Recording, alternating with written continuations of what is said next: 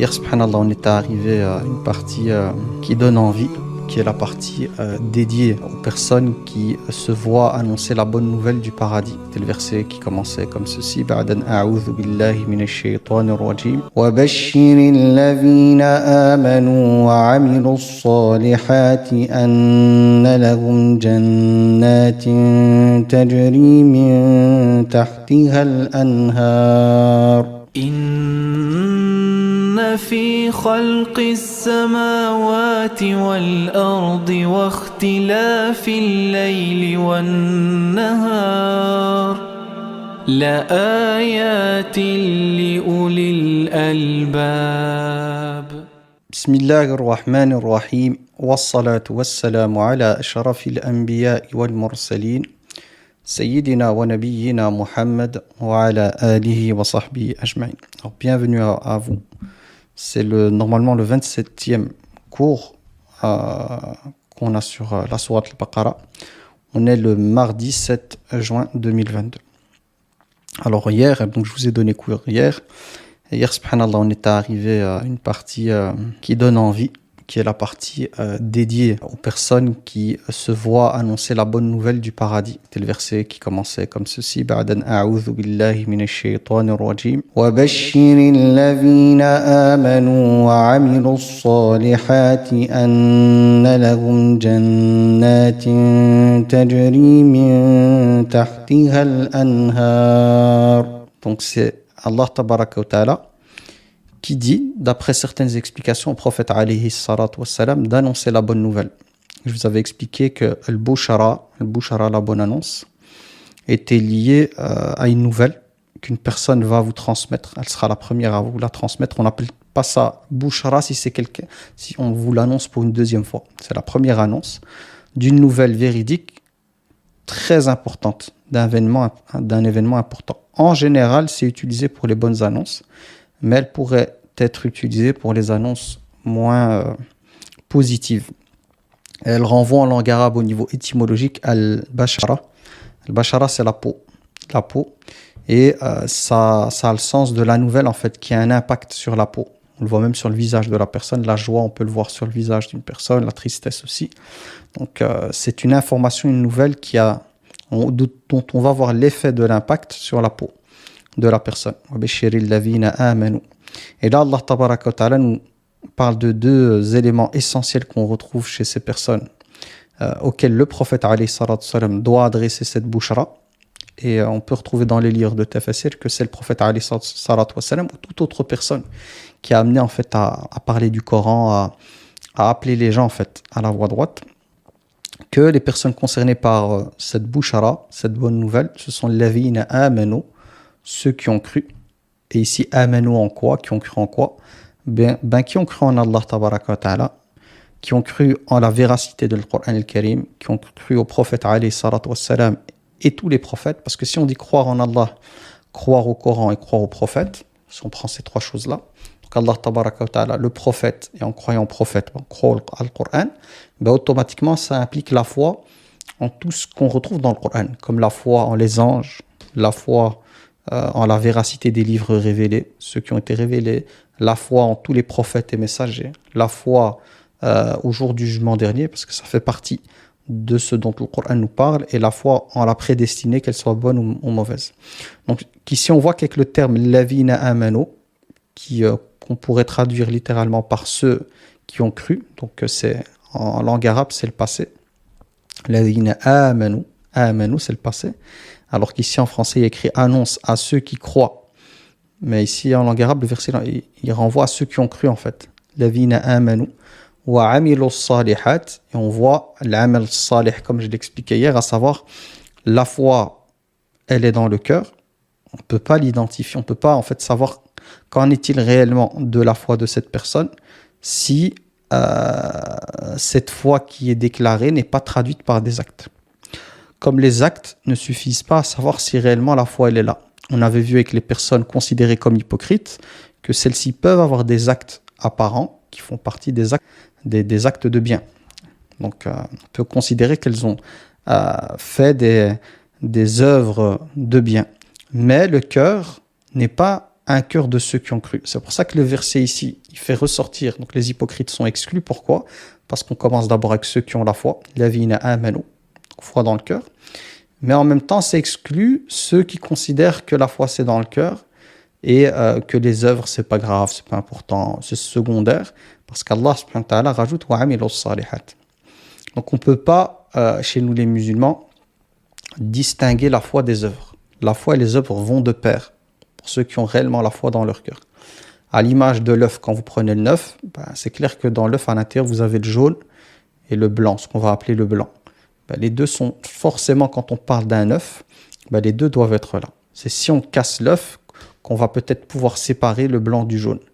Mais à la base, dès qu'on parle d'un œuf, œuf de poule, les deux sont à l'intérieur. C'est comme ça qu'on peut parler d'un œuf. Ici, c'est pareil. C'est chez nous les musulmans, pour que les œuvres soient acceptées et pour être considérées parmi ce groupe en fait, de ces personnes auxquelles on annonce une bonne nouvelle, il faut absolument que la personne ait une foi qui se traduit par des actes. Et ça, je peux vous renvoyer pour ceux qui ont la plateforme. Il suffit d'aller voir toute la partie croyance musulmane avec les piliers de la foi, les piliers de l'islam pour avoir plus de détails sur la chose. Donc, à partir du moment où on a des cours où je rentre dans les détails de ce qu'est la foi, de ses piliers et de ce qu'est aussi la pratique, l'islam, et de ses piliers, voilà, je ne suis pas dans l'obligation ici dans le cours d'être exhaustif. Il suffit de revenir en fait au cours qui en parle. Moi, ce qui m'intéresse ici, vraiment en matière de profondeur, c'est de voir ici, à la fin de ce quart de Hizb, n'oublions pas qu'ici, ce verset, c'est le dernier verset du premier quart de Hizb. Et je vous avais expliqué la fois dernière que le Hizb, c'est une unité de mesure qu'on utilise dans le Coran al-Karim. Et que le Coran était divisé en 60 Hizb, 60 parties, on va dire, égales, pour des questions de facilité au niveau de la mémorisation, pour se repérer aussi, le fait de diviser les choses comme ça, c'est l'idée de faciliter à la personne le fait de se repérer, parce que le Coran, il est vaste. Il y a 600 et des pages, donc 603 ou 604, ici, je vais voir, je suis à combien, mais c'est un peu plus de 600 et quelques pages pour le Coran al-Karim. Et le fait de le diviser comme ça, c'est vraiment pour faciliter que ce soit son étude, sa mémorisation, etc., etc. Et donc, là, pour vous, pour ceux qui ne s'y connaissent pas trop, je l'ai déjà expliqué la fois dernière, mais je le répète pour que ça s'ancre, c'est que quand on parle de Hizb, un Hizb, c'est 1/60 du Coran, ok, 1/60, et c'est l'équivalent de 10 pages. Et quand on dit un quart de Hizb, c'est-à-dire que vous prenez le Hizb, que vous allez diviser en 4 parties. Un quart, c'est 10 pages divisé en 4, ça fait plus ou moins 2 pages et demie. Donc ici, voilà, le Coran, il est composé de 604 pages. Dans ce Coran-ci, 604 pages. On peut dire 600 pages, ok. Et là, subhanallah, c'est la fin du quart, en fait. Et il y a une indication dans le Coran, pour ceux qui ont le Coran en arabe, chaque fois que vous arrivez à la fin d'un quart, chaque quart que vous allez faire, il y a une indication sur le côté, on vous met... Là, tu es au quart du Hizb. Là, tu es à la moitié du Hizb. Là, tu es à 3/4 du Hizb. Là, tu passes au deuxième Hizb, etc., etc. Moi, c'est quelque chose qui m'a aidé parce que quand j'ai été amené à mémoriser la sourate al-Baqarah, je l'ai fait plusieurs fois. En fait, je me contentais du quart. Je me donnais toute une journée pendant le Ramadan pour mémoriser le quart. Une fois que j'avais fini avec ce quart-là, j'attaquais le lendemain l'autre quart. Puis je faisais la mémorisation du premier quart, puis je rajoutais le deuxième, etc., etc. Donc ici, c'est le dernier quart. Ça veut dire quoi? Ça veut dire qu'à la fin de ce quart, c'est comme si on passait, pas une autre thématique, mais on passe à autre chose. Donc c'est comme un bloc en fait. Ce quart-là, c'est un bloc avec des éléments concrets qui ont été traités. Puis par après, on aura d'autres blocs qui seront toujours liés à cette thématique, liés à Surat al-Baqarah, donc la question profonde en fait de montrer que le Coran c'est la parole d'Allah tabaraka wa ta'ala, les 3 catégories de personnes qu'on va retrouver, les muttaqoun, le kafirun et le munafiqoun, et beaucoup d'histoires en fait par après. C'est comme si le Coran passait à l'étape on va dire concrète, qu'au départ on avait les catégories au niveau théorique, mais on n'a pas trop d'éléments pour nous repérer, et qu'après le Coran va attaquer la partie concrète en fait. Allah tabaraka wa ta'ala va faire l'étude d'un peuple, notamment ceux qu'on appelle les Bani ou les Banu Israël, et il va nous montrer en fait par des exemples concrets ce qu'on a étudié juste avant.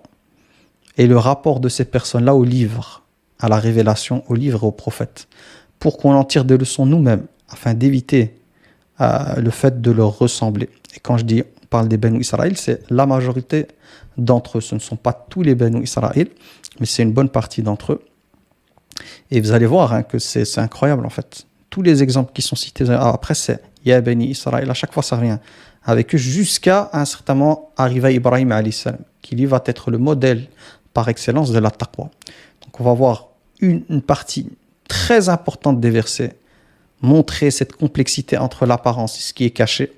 Et Allah subhanahu wa ta'ala va nous dévoiler en fait de la réalité de comment nifaq, l'hypocrisie, se matérialise dans les actes, en fait, dans la réalité, en prenant l'exemple des Banu Israël, l'exemple des Bani Israël. Et puis on va revenir à la norme vers laquelle il faut revenir avec Ibrahim alayhi salam, qui est leur grand-père aussi. Hein.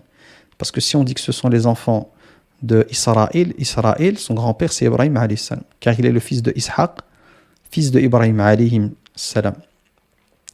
Puis, subhanallah, d'Ibrahim alayhi salam, donc on a une partie avec Ibrahim alayhi salam qui va venir pour nous ramener, puis de nouveau, il y aura des allers-retours à chaque fois pour nous aider à méditer.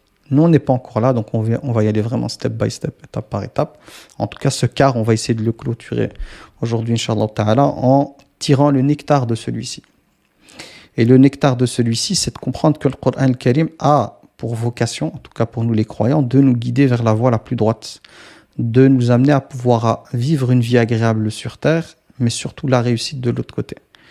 Que tout le travail, entre guillemets, du Coran, c'est de cultiver à l'intérieur de nos cœurs la taqwa, et c'est de nous donner, en fait, de nous dresser, en fait, ou de nous montrer la voie à suivre, en fait, pour faire partie de ces muttaqun, plutôt de ces muttaqin, afin de pouvoir gagner la félicité et afin de pouvoir, une fois qu'on aura été amené à quitter ce monde, de pouvoir intégrer après le jugement, bien évidemment, et tout, un monde dans lequel, comme je l'ai expliqué hier, l'objectif absolu de ce monde, c'est de faire de nous les personnes les plus heureuses au monde, même si le terme monde n'est pas le bon monde. Donc toute personne intelligente, doit réfléchir, de se dire, moi je suis encore vivant, ou je suis encore vivante, parce que c'est une personne encore vivante. Et j'ai deux chemins en fait qui sont devant moi. J'ai deux possibilités, pour résumer. J'ai la possibilité de faire partie des gens reconnaissants, des gens qui recherchent l'agrément d'Allah. Et par le fait de prendre cette voie-là, déjà je vais rendre ma vie sur terre bénie. En même temps, Allah tabaraka ta'ala, par sa grâce, il va me combler de l'autre côté.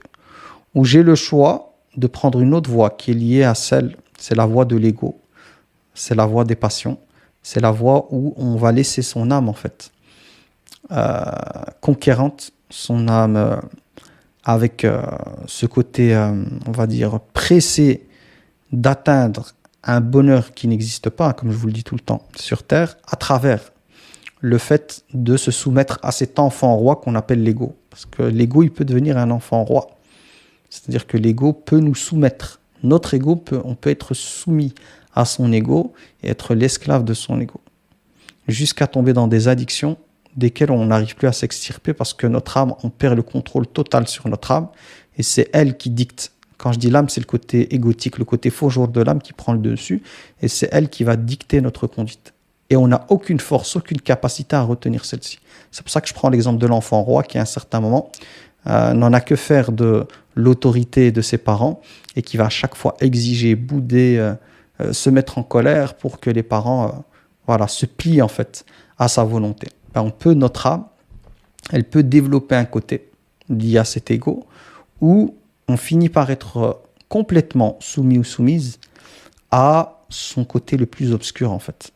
Et aucun contrôle sur celle-ci. C'est la raison pour laquelle le ramadan, notamment la pratique du ramadan a vraiment pour vocation de reprendre le contrôle sur cet enfant roi, cette part d'enfant roi de notre âme et de notre ego. En bloquant en fait, en privant, le terme privé c'est mieux, en privant notre âme de tout ce qui est lié au plaisir lié au corps. Comme par exemple pendant le ramadan on ne mange pas, alors j'ai envie de manger, on ne boit pas. On bloque celle-ci, on la prive, on l'éduque. Comme cet enfant roi qu'on va éduquer. Non, c'est non. Tu n'auras pas, t'es privé. Parce que c'est comme ça qu'on éduque un enfant roi. Un enfant roi, en lui donnant, en cédant à son chantage, à sa pression, c'est comme ça qu'on renforce son côté enfant roi conquérant.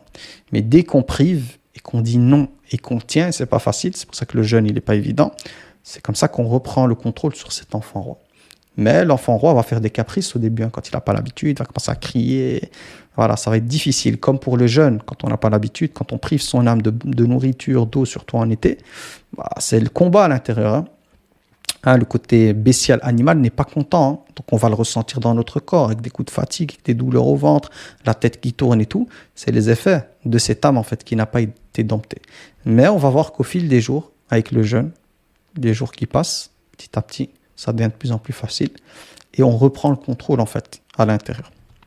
Donc pour résumer, ce que je vous dis là, c'est, je vous tire le nectar un peu du début de Surat al-Baqarah. Pour résumer, Allah Tabaraka wa Ta'ala nous explique que toute personne qui souhaite réellement reprendre le contrôle de son âme et soumettre son enfant roi à la part de lumière à l'intérieur de nous, qu'on appelle la taqwa, donc redonner de la force à la taqwa pour soumettre l'enfant roi, afin qu'il soit au service d'Allah Tabaraka wa Ta'ala, quel est le chemin ou la voie à prendre? C'est celle du Coran. Le Coran va nous montrer la voie à suivre, et le prophète alayhi salatu salam a été choisi comme étant le professeur, le messager qui va nous expliquer comment éduquer cette âme, et comment amener celle-ci à retrouver sa paix intérieure.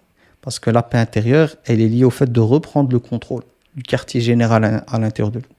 Tant qu'on courra derrière ce côté donc, de cette âme qui a chaque fois, qu'elle en veut chaque fois plus, on revient à l'enfant roi, on ne sera jamais en paix. Parce qu'on est soumis en fait, soumis à ce côté capricieux de notre âme. Et c'est là où vous voyez des personnes qui tombent dans de réelles addictions. Hein, quand on laisse l'âme faire, le côté animal, c'est les drogues, c'est l'addiction au jeu, c'est l'addiction à une sexualité délabrée, c'est l'addiction à d'autres choses. Hein. L'addiction, elle est dans beaucoup de choses. Hein. Les réseaux sociaux, on voit bien qu'il peut y avoir de l'addiction. Donc, il y a plein de cas que moi, je suis amené à gérer, d'addiction, en fait, à des choses matérielles, immatérielles. Et c'est en tombant dans les addictions qu'on s'éloigne, en fait, de notre bien-être intérieur. Il l'explique même au niveau du cerveau. Hein. Je ne maîtrise pas les éléments liés au cerveau parce que ce n'est pas du tout mon domaine, mais ils expliquent ça en fait. Avec, je pense qu'il parle de dopamine en fait, qu'on envoie chaque fois. Il y a une dépendance en fait. Le cerveau, il a besoin de sa dose en fait à chaque fois qu'on lui donne. Donc si on ne l'éduque pas, si on ne fait pas un travail réel, ben, en fait c'est contre-productif. Parce que directement, il y a un vide, ça monte très très haut, puis ça descend et puis il y a une envie comme avec le sucre, avec les pics de glycémie. Hein, ça monte des fois et puis ça descend d'un coup, on a un coup de fatigue et on a ce besoin. C'est pareil au niveau de là. Donc Allah Tabaraka wa Ta'ala nous dit quoi? Annonce la bonne nouvelle à qui alladhina amanu wa amilu salihat, et ces gens qui ont cru et qui ont pratiqué les bonnes œuvres, ce sont ceux qu'Allah a appelé au tout début al-muttaqin. Donc ceux qui ont cultivé cette taqwa, c'est-à-dire cette capacité à maîtriser leur âme, prendre le contrôle de celle-ci et mettre entre elles et Allah Tabaraka wa Ta'ala, entre ces personnes-là, elles, et le châtiment d'Allah, la colère d'Allah Tabaraka wa Ta'ala, une barrière, une protection. Et en même temps, c'est reprendre le contrôle de son âme. C'est, prenons une autre métaphore, c'est comme si l'âme avait un côté cheval de rodéo, et l'idée c'est de dompter celle-ci et de reprendre le contrôle. Un cavalier qui remonte dessus de taqwa, c'est le cavalier qui monte dessus, ou le cow-boy si vous voulez.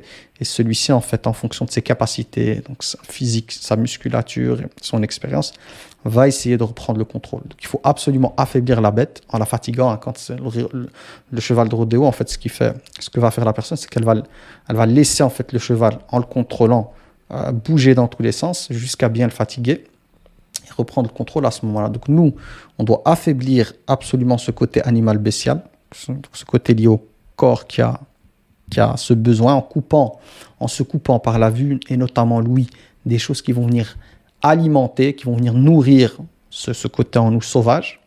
Et en même temps, on doit renforcer celui qui va canaliser cette bête, à savoir la taqwa. Et la taqwa, elle se construit, ses briques, viennent comment? C'est par la pratique.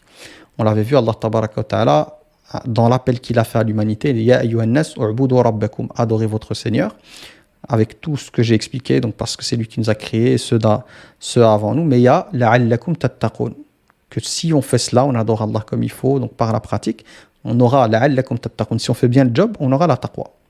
Donc la taqwa, les briques de ce qu'on appelle taqwa, de cette capacité à se retenir, à faire partie des muttaqin, ce qui va permettre à la personne de consolider cette taqwa, de la renforcer, ces briques, ces aliments qui vont la renforcer, ce sont les bonnes œuvres. Donc on a la foi, qui est ce lien avec Allah Tabaraka wa Ta'ala, donc d'avoir conscience qu'Allah nous voit, mais aussi qu'on aura des comptes à rendre avec le jour du jugement dernier. Donc c'est vraiment les deux piliers les plus importants au niveau de la maîtrise de son âme. Conscience qu'Allah me voit et conscience que j'aurai des comptes à rendre. Et les œuvres, donc l'exercice par les œuvres pour renforcer ma taqwa. Et une fois que je suis amené à faire cela, à renforcer ma taqwa, ben j'aurai beaucoup plus facile à contrôler mon âme et à marcher sur la voie la plus droite en fait. Et subhanallah, il y a un effet, comment on va dire ça? Il y a un effet escalator. C'est-à-dire qu'à partir du moment où on commence à faire le job, donc on se met en action, Allah subhanahu wa ta'ala facilite les choses. Et ça nous renvoie au hadith dans lequel il est dit que quand on fait des pas vers Allah, Allah subhanahu wa ta'ala, il en fait plus. Le hadith, il est très long, il parle de shibr, il parle de l'empan, il parle de la coudée, etc., etc. Mais chaque fois, c'est l'idée du hadith, c'est tu fais un pas, Allah en fait davantage vers toi.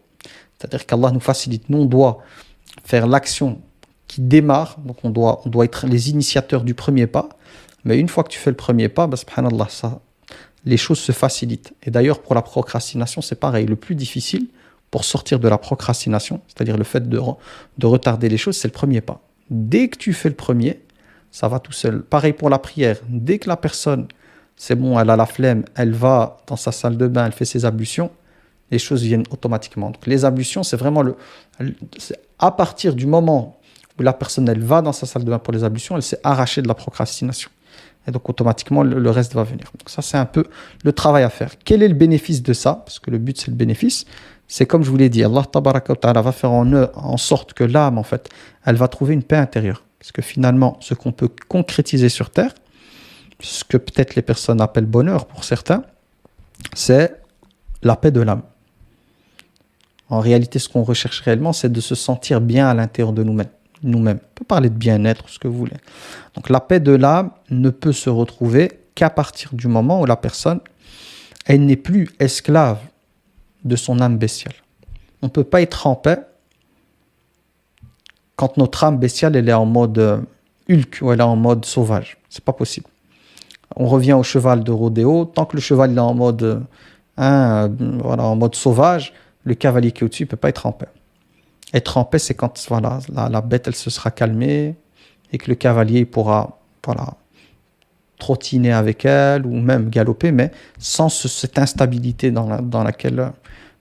sur laquelle plutôt, parce qu'il est sur la bête sur laquelle il peut se retrouver ou dans laquelle il peut se retrouver au niveau métaphorique. Donc c'est important de comprendre ça, que nous, ce qu'on recherche en tant que musulmans sur Terre, c'est la paix du cœur et de l'âme, et nous, en tant que croyants, on estime que cette paix, on ne peut la trouver qu'auprès de notre Seigneur, c'est-à-dire en étant aligné avec nos valeurs, nos principes et notre foi. Quand notre vie, elle fonctionne en adéquation avec les recommandations, les obligations et ce qu'Allah veut pour nous, automatiquement, en tant que musulman, on se sent bien. Dès qu'on s'écarte de la voie droite, dès qu'on dévie, dès qu'on tombe dans l'obscurité, qu'est-ce qui se passe?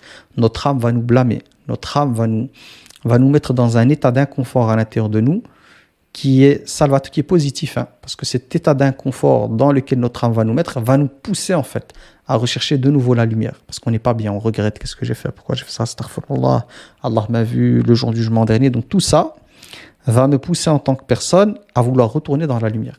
Mais il faut savoir que certaines personnes, quand bien même elles ont ce système d'âme qui blâme dès qu'on dévie, elles peuvent perdre ça. Et c'est ce qu'on retrouve chez certaines personnes, en fait, où l'âme, en fait, elle n'est plus connectée qu'au côté âme qui appelle au mal. Il n'y a plus de remise en question. Il n'y a plus de sentiment de culpabilité. Comment on arrive à ce niveau-là? C'est par le fait d'avoir obscurci son âme, tellement son âme, d'avoir fait taire cette voix qui vient à chaque fois. On peut la faire taire comment? Elle nous ramène vers la lumière et on se refuse d'aller vers la lumière. On banalise le mal. On banalise, c'est pas grave, tant pis. Pas me casser la tête. De toute façon, Allah, il est pardonneur. Donc, je fais taire, en fait, cette voix-là. En la faisant taire, qu'est-ce qui se passe? Elle va parler une fois très fort. On ne fait pas attention. Elle va reparler. Et chaque fois, elle perd d'énergie parce qu'on veut parvenir à la lumière. Jusqu'à un certain moment, on ne l'entend même plus. Et là, c'est bon. Moi, j'appelle ça le toboggan. La personne se retrouve dans le toboggan. Et ce qui pourrait la ramener, c'est qu'avec le toboggan, elle se crache, en fait.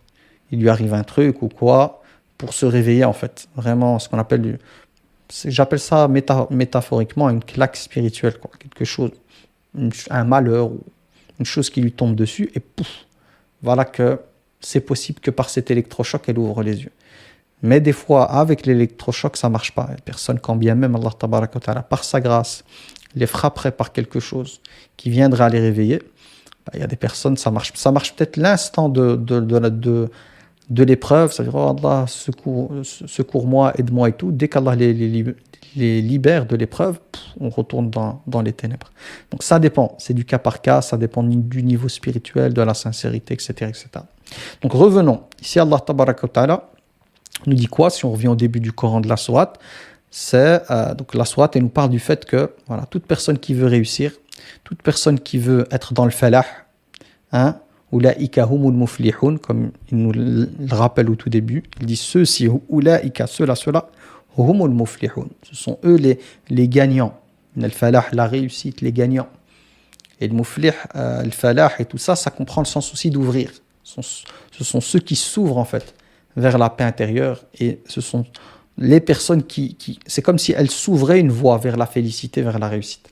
Eh bien, ici, Allah Tabaraka wa Ta'ala nous parle de ces personnes-là, qui ont évité le piège de la négation, donc évité le piège de l'ego, et du fait de refuser la vérité, parce qu'on est trop connecté à la dunya, et on pense qu'à cette vie, et l'au-delà ne nous intéresse pas, on ne veut pas avoir de règles qui limitent nos libertés, on veut vivre à notre manière, et voilà quoi.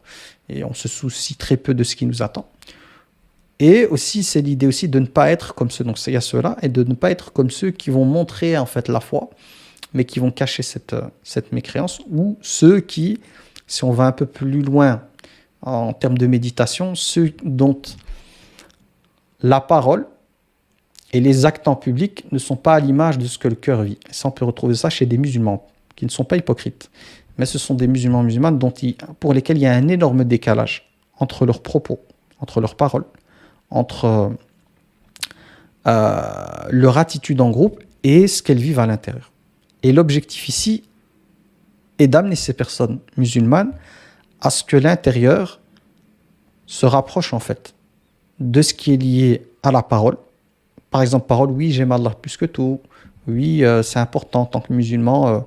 Voilà, l'au-delà, il est important. Donc, on va dire plein de paroles comme ça, qui sont des paroles ce sont des paroles qu'on a apprises par cœur, comme de belles paroles en fait, qu'on va juste répéter, mais dans le fond, il n'y a pas de réelle conviction. La personne, dès qu'elle va être confrontée à sa première épreuve, on va voir qu'il y a un décalage énorme entre ce qu'elle disait et la manière de vivre en fait son épreuve.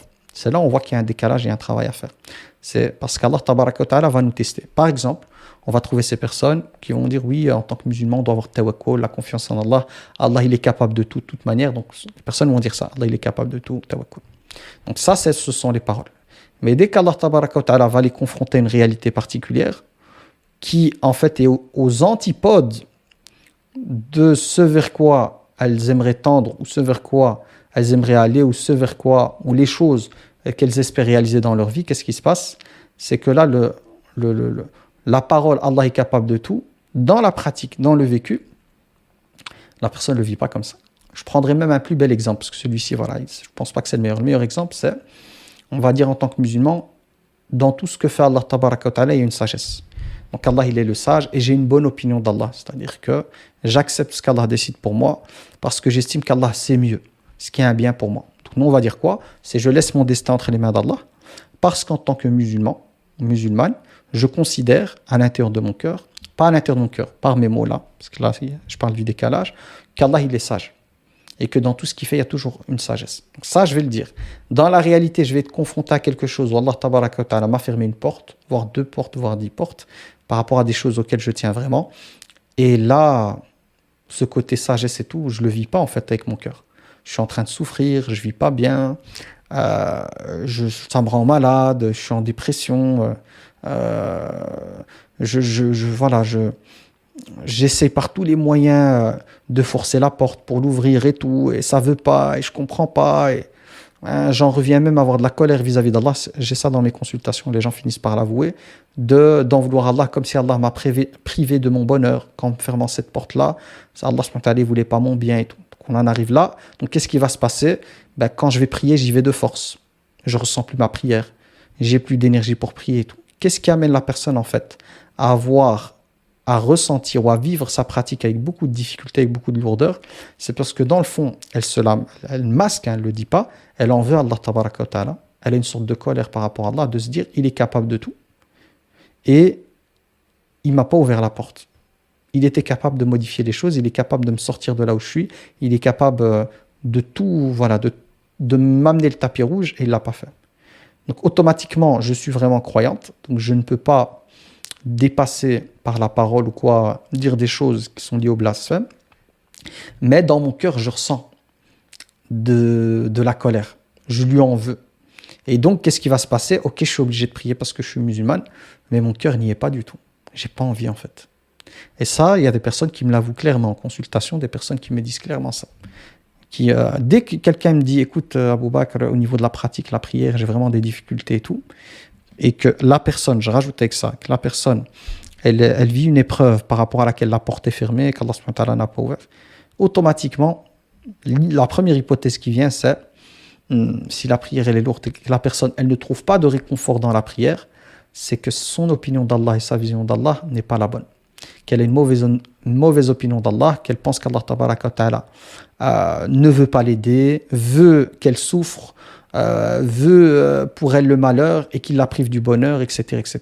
Et donc, qu'est-ce qui se passe? Ça va se répercuter sur dans ma prière, mon lien. C'est comme avec des gens. Quand vous êtes avec quelqu'un et que vous avez l'impression que la personne, elle ne veut pas votre bien, qu'elle vous prive et tout, ça arrive même avec les parents quand on est ado ou plus jeune. Qu'est-ce qui va se passer?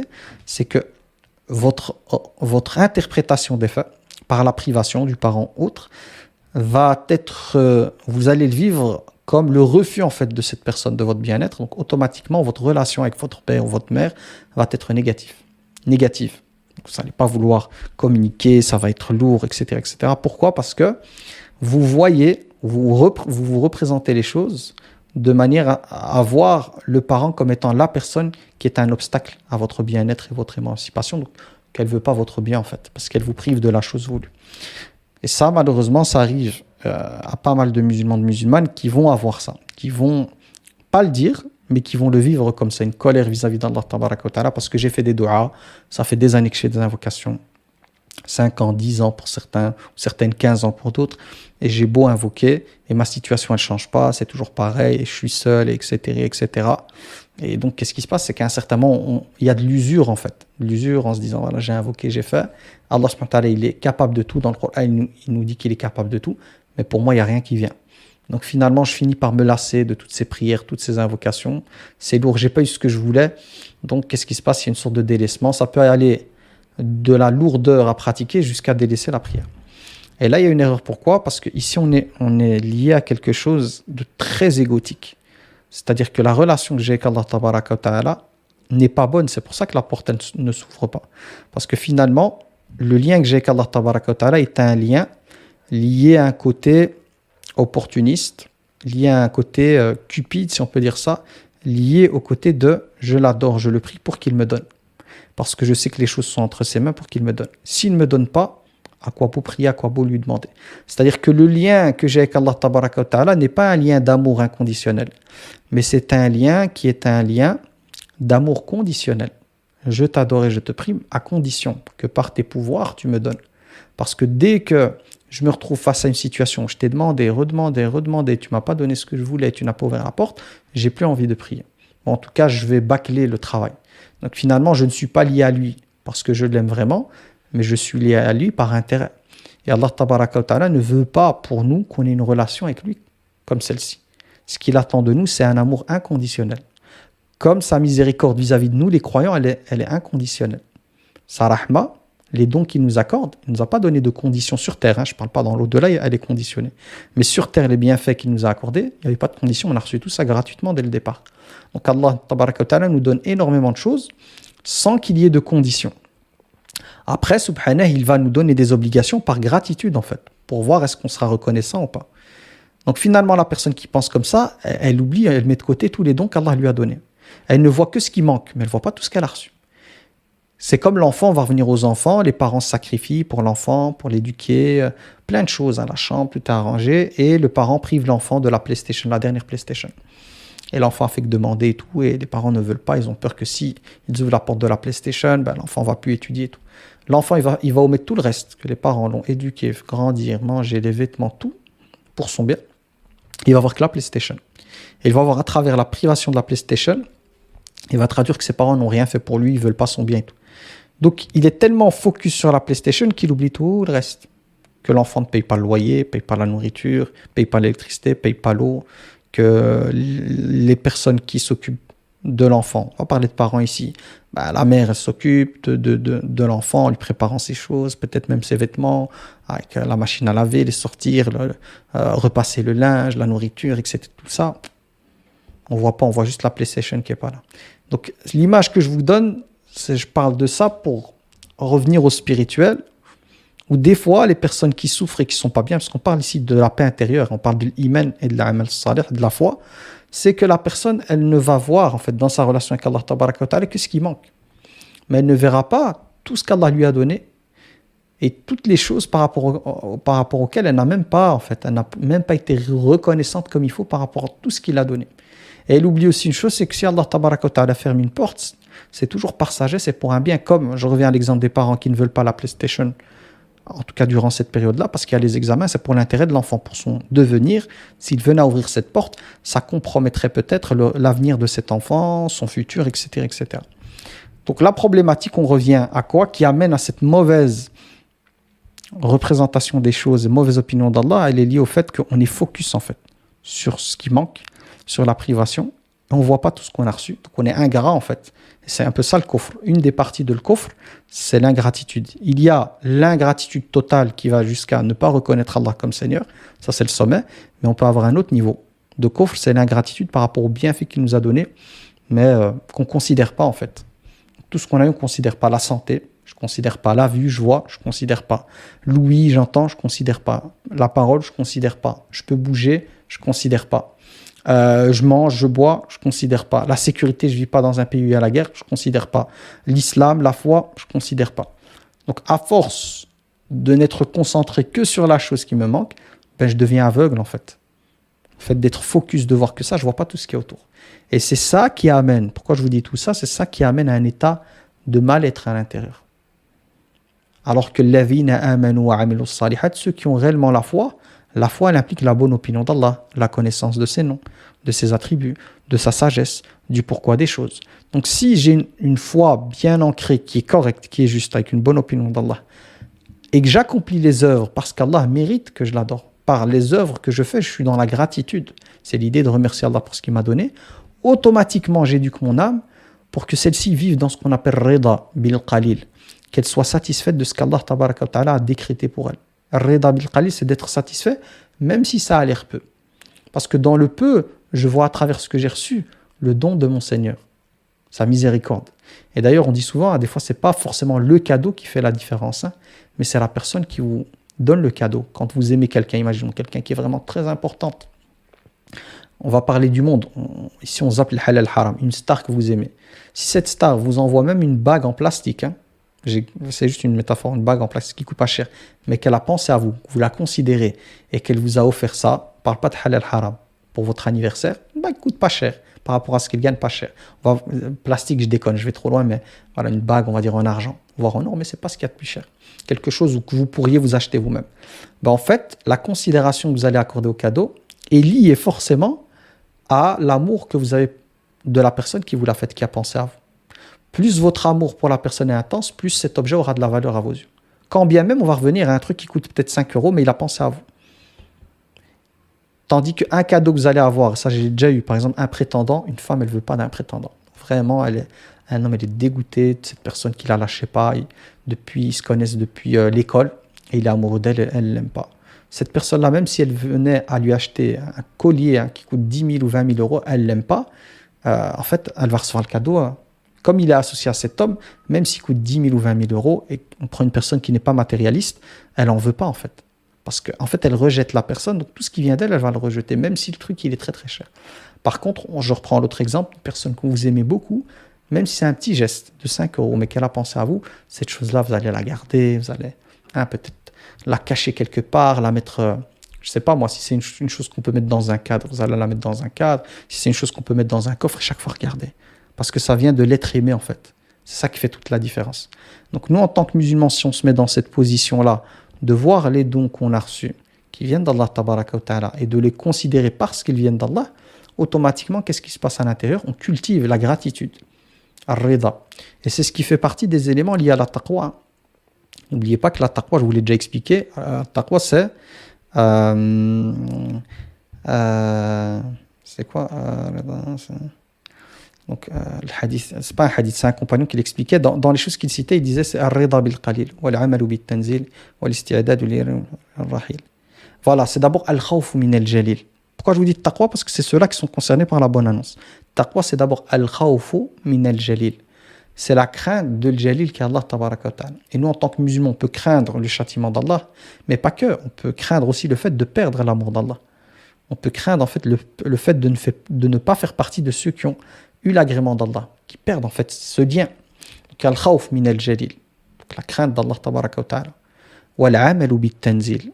Que taqwa, c'est le fait de pratiquer ce qu'Allah tabaraka wa ta'ala a révélé dans le Coran. Wal amalu bit tanzil. Wal isti'dad li yawm ar-rahil. D'abord, c'est je pense ar-rida bil qalil. C'est ce que je citais. Taqwa, ça implique aussi le fait d'être complètement satisfait ou satisfaite, même de qalil, même des choses de base, manger, boire, la santé, masha'Allah. Rida bil qalil, wal isti'dadu li yawm ar-rahil. C'est-à-dire, et le fait de se préparer, la taqwa, c'est de se préparer pour le jour de rahil, du voyage en fait, quand on va partir de l'autre côté. Et ici, subhanallah, on est dans yawm ar-rahil, c'est-à-dire que dans la bouchara qui est citée ici, wa bashiril ladhina amanu wa amilu s-salihat, anna lahum, Allah tabaraka wa ta'ala dit au prophète d'annoncer la bonne nouvelle, à ceux qui ont cru et qui ont œuvré, qu'ils auront anna lahum jannatin tajri min tahtiha al-anhar. Et là, ce que Cheikh il expliquait, parce que Cheikh, quand j'ai écouté le cours d'aujourd'hui, il a rajouté des éléments. C'est qu'Allah tabaraka wa ta'ala, il a d'abord commencé par le lieu de séjour. Le lieu de séjour, l'endroit en fait. D'abord l'endroit. C'est la première des choses. Et n'oublions pas que pour nous, en tant qu'être humain, l'une des choses les plus importantes pour nous, quand on doit voyager, aller dans un endroit, c'est d'abord la question de la sécurité. C'est-à-dire d'aller dans un lieu où il y a la sécurité. On n'aura pas à craindre pour notre vie, pour nos biens, etc., etc. Moi, quand je voyage, c'est comme ça que je pense. Première des choses, est-ce que cette destination, elle est sécurisée ou pas? Et là, Allah tabaraka wa ta'ala parle d'un lieu qui est plus que sécurisé. C'est un lieu dans lequel le monde a été créé, comme je vous l'ai dit, pour le paradis. Son job, c'est de faire de vous des personnes complètement satisfaites.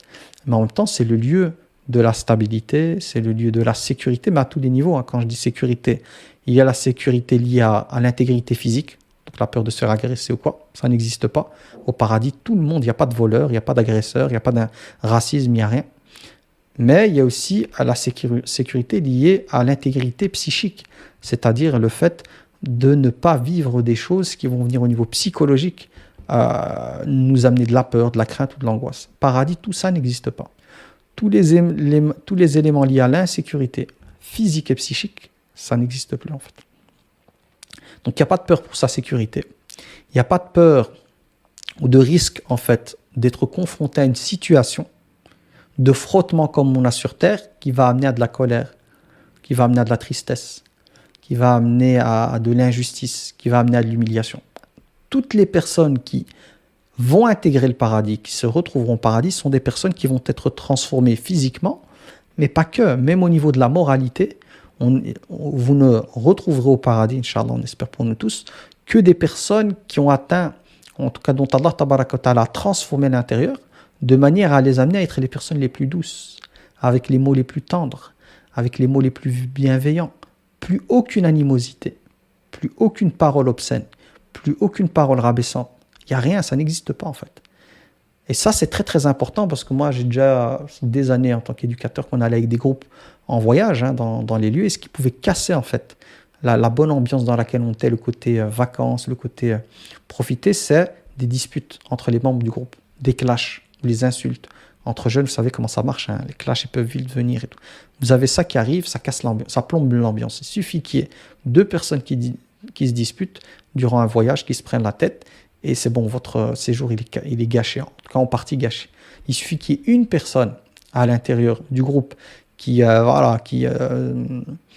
le vit mal ou qui vous boude dessus et elle est capable de casser une ambiance dans un groupe. Donc il faut absolument que toutes les personnes qui composent le groupe soient des personnes qui soient là avec leur meilleure qualité en fait, humaine, gentillesse, tout ça. Quand on a ça, on a une garantie en fait de passer un super séjour, surtout si le lieu il est magnifique, que la nourriture, parce qu'ici on parle de nourriture, elle est magnifique. Donc l'hôtel, on va dire, c'est un hôtel prestigieux. Ok. Le groupe, les personnes, machallah, que des sucres. En même temps, qualité de la nourriture incroyable, l'accueil incroyable, etc., etc. Donc tout ça participe en fait à permettre à la personne de passer un bon séjour. Là, je vous fais des liens entre ce qui est mondain pour méditer sur ce qui est spirituel et ce qui est lié à l'au-delà. Donc Allah Tabaraka wa Ta'ala commence d'abord par nous parler du lieu, parce que quand on veut partir en séjour, la première chose à laquelle on pense, c'est le lieu. Vous allez être d'accord avec moi qu'avant de penser à la nourriture ou quoi, c'est d'abord le lieu. C'est-à-dire que moi, si je dois voyager, ce qui m'intéresse, c'est de savoir le pays, à quoi il ressemble. Moi, je suis très câblé mer, montagne. Par exemple, hein, quand on parle de Maldives, quand on parle de Malaisie et tout, ça me donne envie. Mais qu'est-ce qui me donne envie? C'est le cadre. Le côté verdure, le côté plage, le côté sable fin, le côté eau turquoise. C'est tout ça qui va m'animer, qui va me pousser à aller en vacances. Avant même la nourriture, avant même les autres détails. C'est d'abord le lieu, comment il est en fait. Et effectivement, chacun d'entre nous, quand on est amené à voyager, ça fait partie en fait les destinations. On va rechercher une destination sur base du lieu d'abord. Donc Allah Tabaraka wa Ta'ala ici, on va voir les choses d'un point de vue terrestre pour mieux les comprendre au niveau spirituel. C'est comme si on avait un catalogue dans lequel on nous dresse d'abord le lieu, comment il est. Donc Allah Tabaraka wa Ta'ala, il nous parle de quoi? De ces jardins en fait. Il ne faut pas prendre le terme jardin au sens petit jardin comme on a chez nous. Hein. L'idée, on est dans quelque chose d'incroyable. Le terme, comme je vous l'ai dit, il est ce qu'il est puisqu'on n'a pas d'autre terme. Mais à travers le terme, c'est une autre réalité dont Allah nous parle. Et Jannah, en langue arabe, c'est pas jardin. Jannah, en langue arabe, je vous ai expliqué, c'est un terme qu'on attribue à un endroit dans lequel la végétation elle est tellement abondante, les arbres, leurs branches, leur feuillage est tellement abondant que cette végétation couvre en fait ce qui se passe en dessous. On ne voit même pas les gens qui sont en dessous, on ne voit même pas ce qui est en dessous. Tellement il y a une abondance en fait de végétation, de nature. Mais c'est lié au bien-être. N'oublions pas, je vous avais expliqué que les Qurayshites, eux, à la Mecque notamment, trouvaient des arbres et tout, il faut y aller. Hein. On est dans une partie désertique, rocailleuse. Donc tout ce qui est lié aux arbres, aux beaux paysages, ça leur parle. Donc Allah Tabaraka wa Ta'ala utilise un terme au niveau étymologique dans la langue arabe qui renvoie à quelque chose lié à un lieu de bien-être. Et le terme en langue arabe, il renvoie en fait à l'abondance de végétation. Qui dit végétation dit de l'eau, parce qu'il n'y a pas de végétation sans eau, donc abondance d'eau, de végétation, mais aussi de fruits en fait, parce que s'il y a des arbres fruitiers, donc c'est lié à cette dimension de plaisir. Donc d'abord le lieu. Allah Tabaraka wa Ta'ala nous parle de ce lieu, comme je vous ai expliqué, avec une végétation abondante, magnifique, très belle, avec je vous ai parlé de Tajri min tahtiha al-anhar, en langue arabe anhar, ici ils ont mis ruisseau, mais normalement en langue arabe, au niveau étymologique, le terme anhar, c'est comme nahar, il y a ce côté d'une chose large en fait. On appelle le jour parce que la lumière, elle est abondante en fait. Elle illumine tout l'horizon. Donc l'idée, c'est de comprendre qu'il y a de l'eau, mais en abondance. Et elle est sûre, elle est au-dessus. Et moi, récemment, j'ai été, quand ça? Samedi, j'ai été près de Chefchaouen. Chefchaouen, c'est une partie connue pour beaucoup d'eau, les montagnes, de la végétation. Ça s'appelle Akshur. Et franchement, le cadre, il est incroyable, magnifique. J'ai fait quelques stories que j'ai partagées sur Instagram. C'était trop beau. Et s'il y a quoi? Montagne, là, les arbres, que de la végétation et l'eau. Et on a pris même un des repas, on l'a pris sur l'eau comme ça. Rien que le fait d'avoir l'eau en dessous qui coule avec le bruit et de prendre son repas comme ça, c'est un état. Je me dis, ça, c'est que de dunya, ça. Là, on n'est même pas aux Maldives. Là, je suis juste au bled. Et vivre cette expérience-là de nature avec les oiseaux qu'on entend chanter, avec ces bonnes odeurs qu'il y avait d'eucalyptus et autres, et j'étais trop bien. Mais ça, c'est rien du tout. Si le prophète, lorsqu'il compare la vie d'ici-bas avec tout ce qu'il contient comme parure par rapport à l'au-delà, est à l'image d'une personne qui viendrait à tremper son doigt dans la mer, qu'elle regarde ce qu'elle en fait ressortir. Rien du tout. Ça, ce serait la dunya, ce que je fais ressortir, et tout ce qu'elle contient comme jouissance et bien-être par rapport à l'au-delà, ce sont les océans. Donc juste le fait, par les versets qui sont donnés, d'imaginer à travers des choses qu'on connaît, et de se dire dans sa tête que ce que je suis en train d'imaginer, même si mon imagination est débordante, qu'elle est à l'image de ces films en fait, dans lesquels on arrive par des images de synthèse à nous montrer des lieux merveilleux, incroyables, qui n'existent pas dans la réalité, le paradis il est au-dessus de ça. Et il est pour l'éternité, parce que on va reparler de ces jours ensemble si on décide de voyager. Donc je vous ai dit, d'abord c'est le lieu, la destination, mais il va y avoir aussi la période. Mais avant de regarder, voilà, la période en général, c'est lié au congé. Donc, ce qui est ici bien, mais en même temps frustrant, c'est que sur Terre, quand on est en mode voyage, en mode détente, on sait que c'est pour une période. Et une fois qu'on est sur place, le fait de savoir que les jours passent, que par exemple, imaginons on a 10 jours ensemble dans un lieu, les Maldives, ben, en fait, il y aura toujours un arrière-goût amer qui est lié au fait de dire ben, on est là que pour 10 jours en fait. Plus les jours passent, plus on se dit on va devoir retourner de nouveau retour à la réalité avec ses problèmes, ses soucis. Paradis, il n'y a plus ça. Paradis, tu es dans un lieu paradisiaque, paradisiaque, ce qui est logique, mais pour l'éternité. Ensuite, donc, le lieu, il est connu et tout. Donc, ce qui nous intéresse, c'est le lieu. Quand on parle du lieu, l'endroit où on va aller, un peu les hôtels, et aussi la nourriture. Quand on va en vacances, vous le savez tous, mais parmi les plaisirs les plus importants pour les gens qui vont en vacances, après le lieu, le paysage, la détente, c'est la nourriture, la qualité de la nourriture, et aussi, en général, les gens qui veulent vraiment profiter, ils prennent le voyage all inclusif, où tout se trouve dedans. Et vous avez dans des endroits, des hôtels, en fait, qui sont tellement bien faits, où il y a des buffets. Et dans ces buffets, vous pouvez retrouver de tout. Le problème sur Terre, c'est que quand bien même vous faites un choix d'un hôtel top, avec au niveau des buffets incroyables, votre estomac, il est limité. Et donc, à un certain moment, même si vos yeux sont amenés à penser que vous pouvez tout manger, bah, votre ventre, il est limité. Moi, j'ai eu le coup en 2017 pour la Umrah. Un des hôtels qu'on avait, il y avait buffet. Vous savez, quand on jeûne, on a très faim, on a les yeux très grands. Donc, je commençais à remplir mon assiette et je suis un grand mangeur. Allah yabarak, voilà, moi et la nourriture, on est très copains. Donc, j'ai rempli mon assiette de plein de choses que j'aime bien. Le problème, c'est quand je l'ai déposé, j'ai commencé à manger. Ben, en mangeant le quart, j'avais plus de place dans mon ventre. Et pareil, je suis très tout ce qui est jus de fruits et tout. Et il y avait plein de jus de fruits différents. Le problème, c'est que j'ai pris 2 verres. Après le 3e verre, il n'y avait plus de place. Et je commençais à méditer à ce moment-là. Je commençais à réfléchir. Je me dis, subhanallah, on est là dans un endroit où la nourriture est en abondance. Ça fait plaisir parce que quand tu jeûnes, ben, tu as faim. Donc, tu es disposé à manger. Mais mon estomac, il n'est pas capable d'aller plus loin. Mes yeux, ils veulent. C'est-à-dire que mon envie de goûter est là. Mais l'estomac, il me dit, non, c'est bon, il n'y a plus de place. Au paradis, il n'y a pas ce problème. C'est-à-dire que les personnes ne mangent que par plaisir, ils ne mangent pas par faim, mais leur capacité à ingurgiter de la nourriture, elle n'est pas limitée. Sachant que si on mange trop, par exemple, sur Terre et qu'on mélange des produits, ça peut nous amener à avoir des problèmes au niveau de la digestion, des douleurs, etc., etc. Et puis, il va falloir quand même aller à un certain moment, et ça, on peut l'avoir aussi à la Mecque, devoir aller faire pipi ou autre. Si tu es coincé dans la prière, ça pose problème. Au paradis, il n'y a pas ce système-là.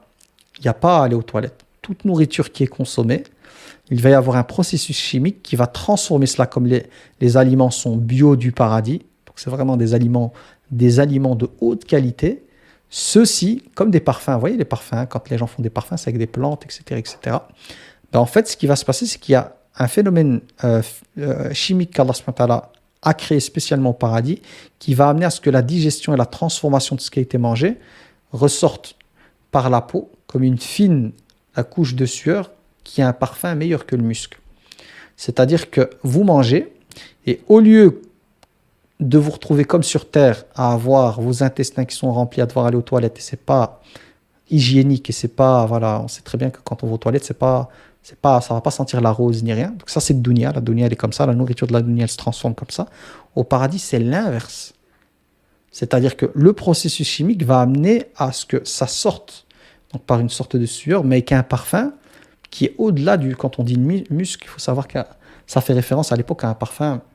Donc là, c'est au-delà de tout parfum. Si on pouvait amener juste une goutte de ce qui pouvait sortir de la peau d'une personne du paradis, qu'on l'amène ici, c'est un des parfums qui coûterait le plus cher.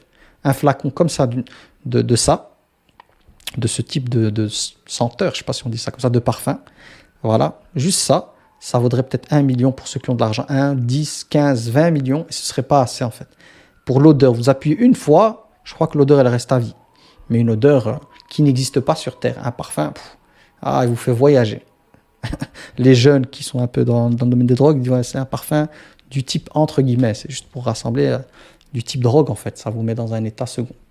Donc ça, c'est même pour la digestion. Donc il n'y a pas de problème de digestion, de quantité et tout. Non, tu es là, tu es dans la demeure qui est là pour que tu sois bien, trop bien. Et tout ce que tu fais, tout ce que tu consommes est au top niveau.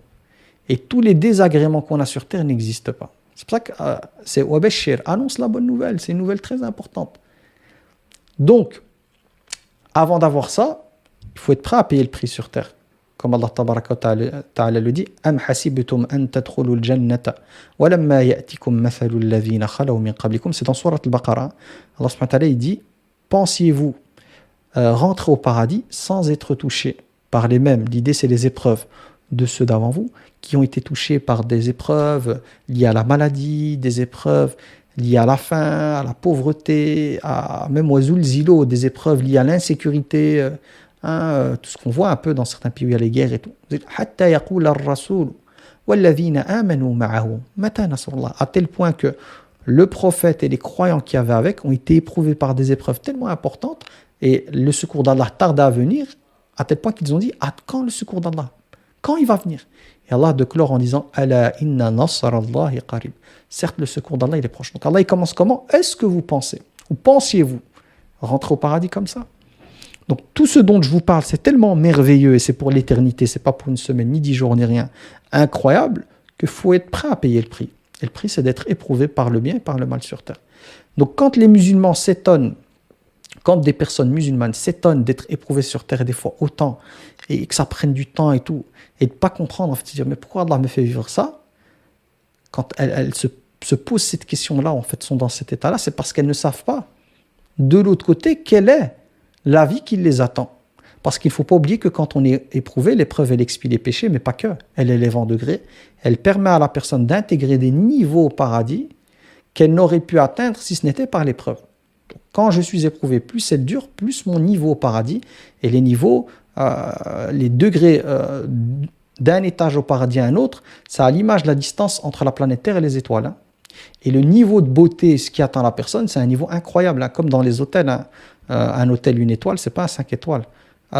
Une chambre normale, c'est pas une suite royale, etc., etc. Donc ce qu'il faut comprendre, c'est que les gens en général disent non, moi tant que je rentre au paradis, c'est bon. Le paradis, les niveaux du paradis ne sont pas les mêmes.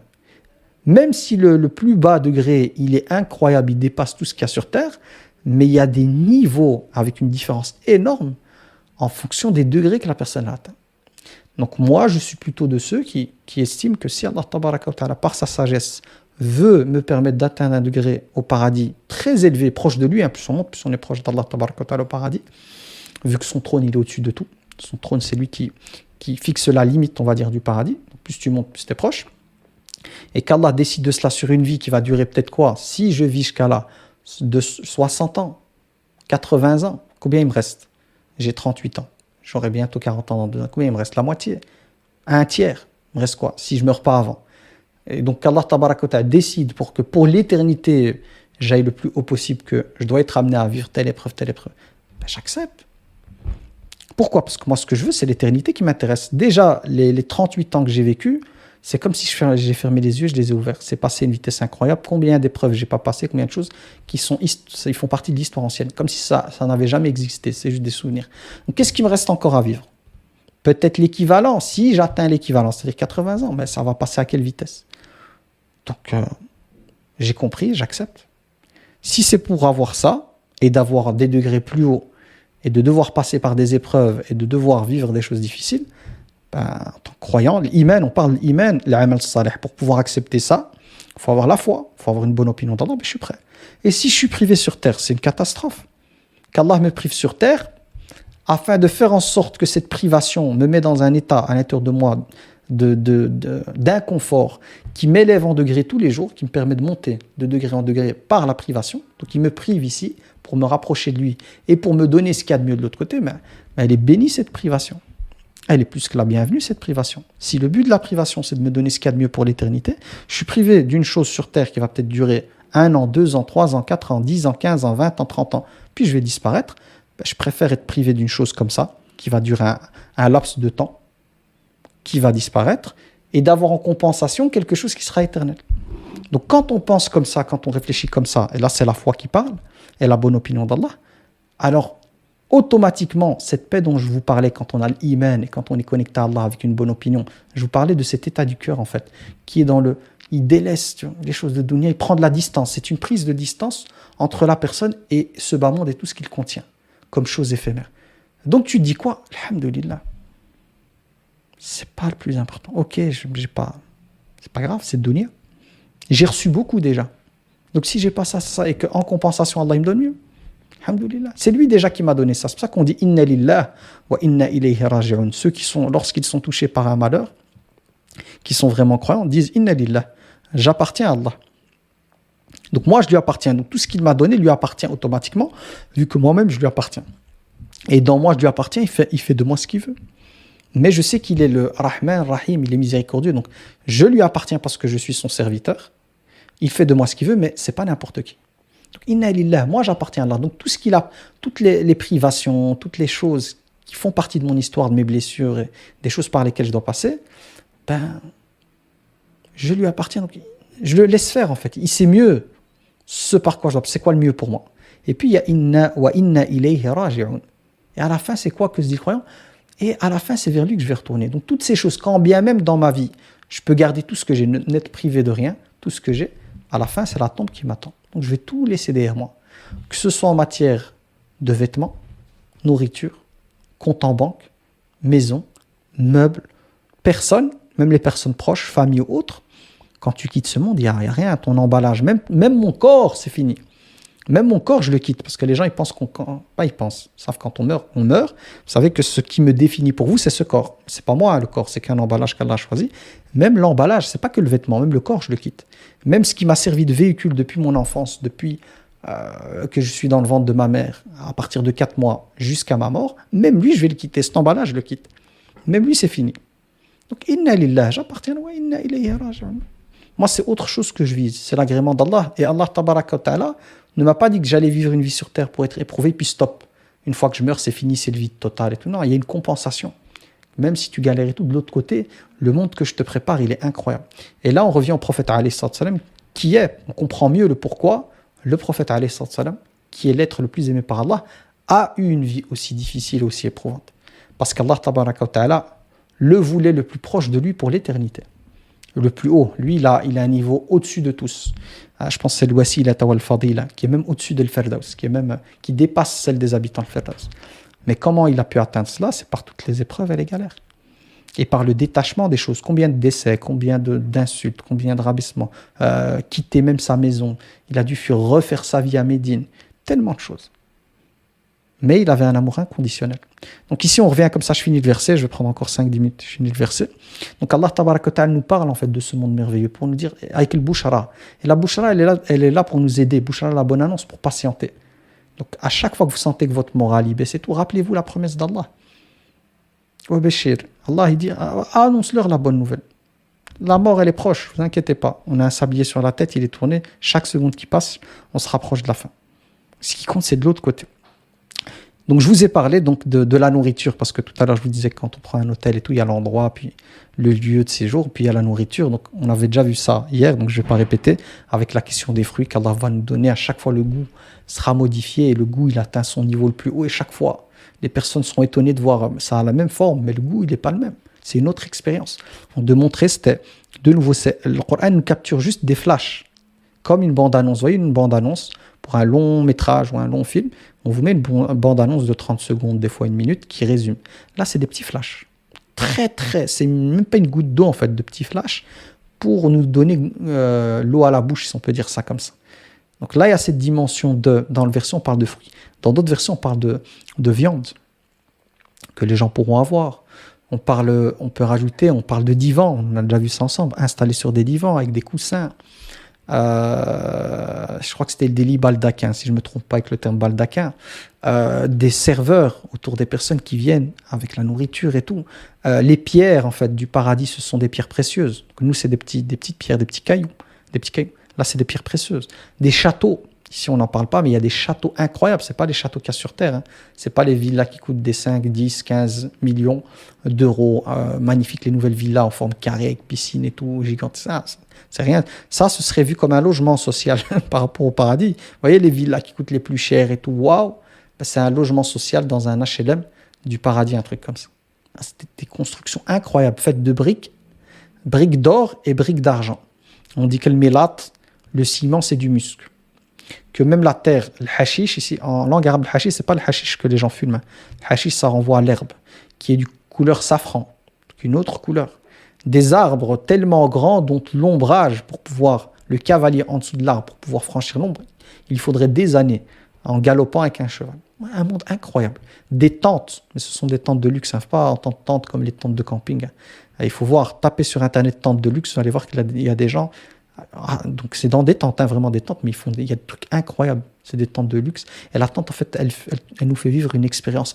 C'est beau, en fait. Quand les tentes, ce sont des très belles tentes de luxe dans le désert et tout, on vit quelque chose au niveau du ressenti incroyable. Là, il y aura des tentes de luxe, mais faites de perles, en fait. Comme de la perle qui prend la forme. Une espèce de tente incroyable. Autre chose, et on le voit ici, c'est qu'Allah Tabaraka wa Ta'ala parle de azwajun mutahharatun wa hum fiha khalidun. Ça, je ne l'ai pas expliqué. C'est qu'il n'y a pas de célibataire au paradis.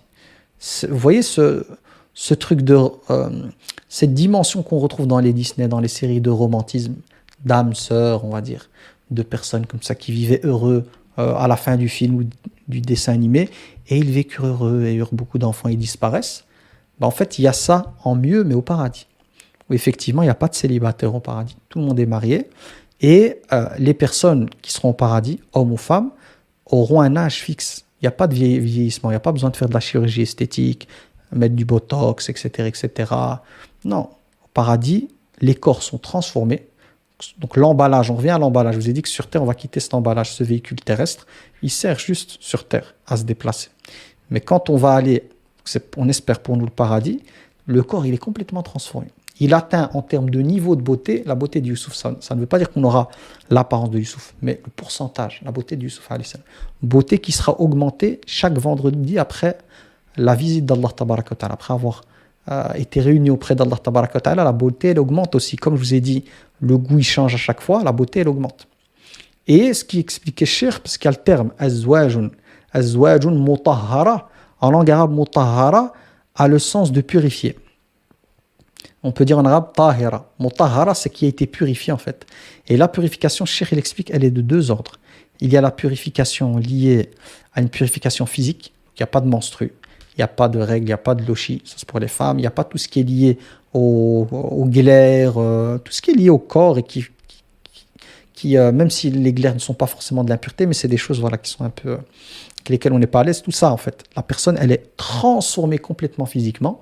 Toutes les choses liées au monde terrestre, je vous ai parlé des toilettes. On ne va pas aux toilettes. Donc, on est purifié de cela. Il n'y a pas besoin d'aller aux toilettes, pas pipi, pas de ceci. Donc ça, tout ça n'existe pas. Donc tout ce qui est lié aux mauvaises odeurs aussi, vous savez que voilà, en tant qu'être humain, quand on bouge, on est actif, il y a les odeurs, il y a les cheveux qui poussent, etc. etc. Tout ça, il n'y a pas.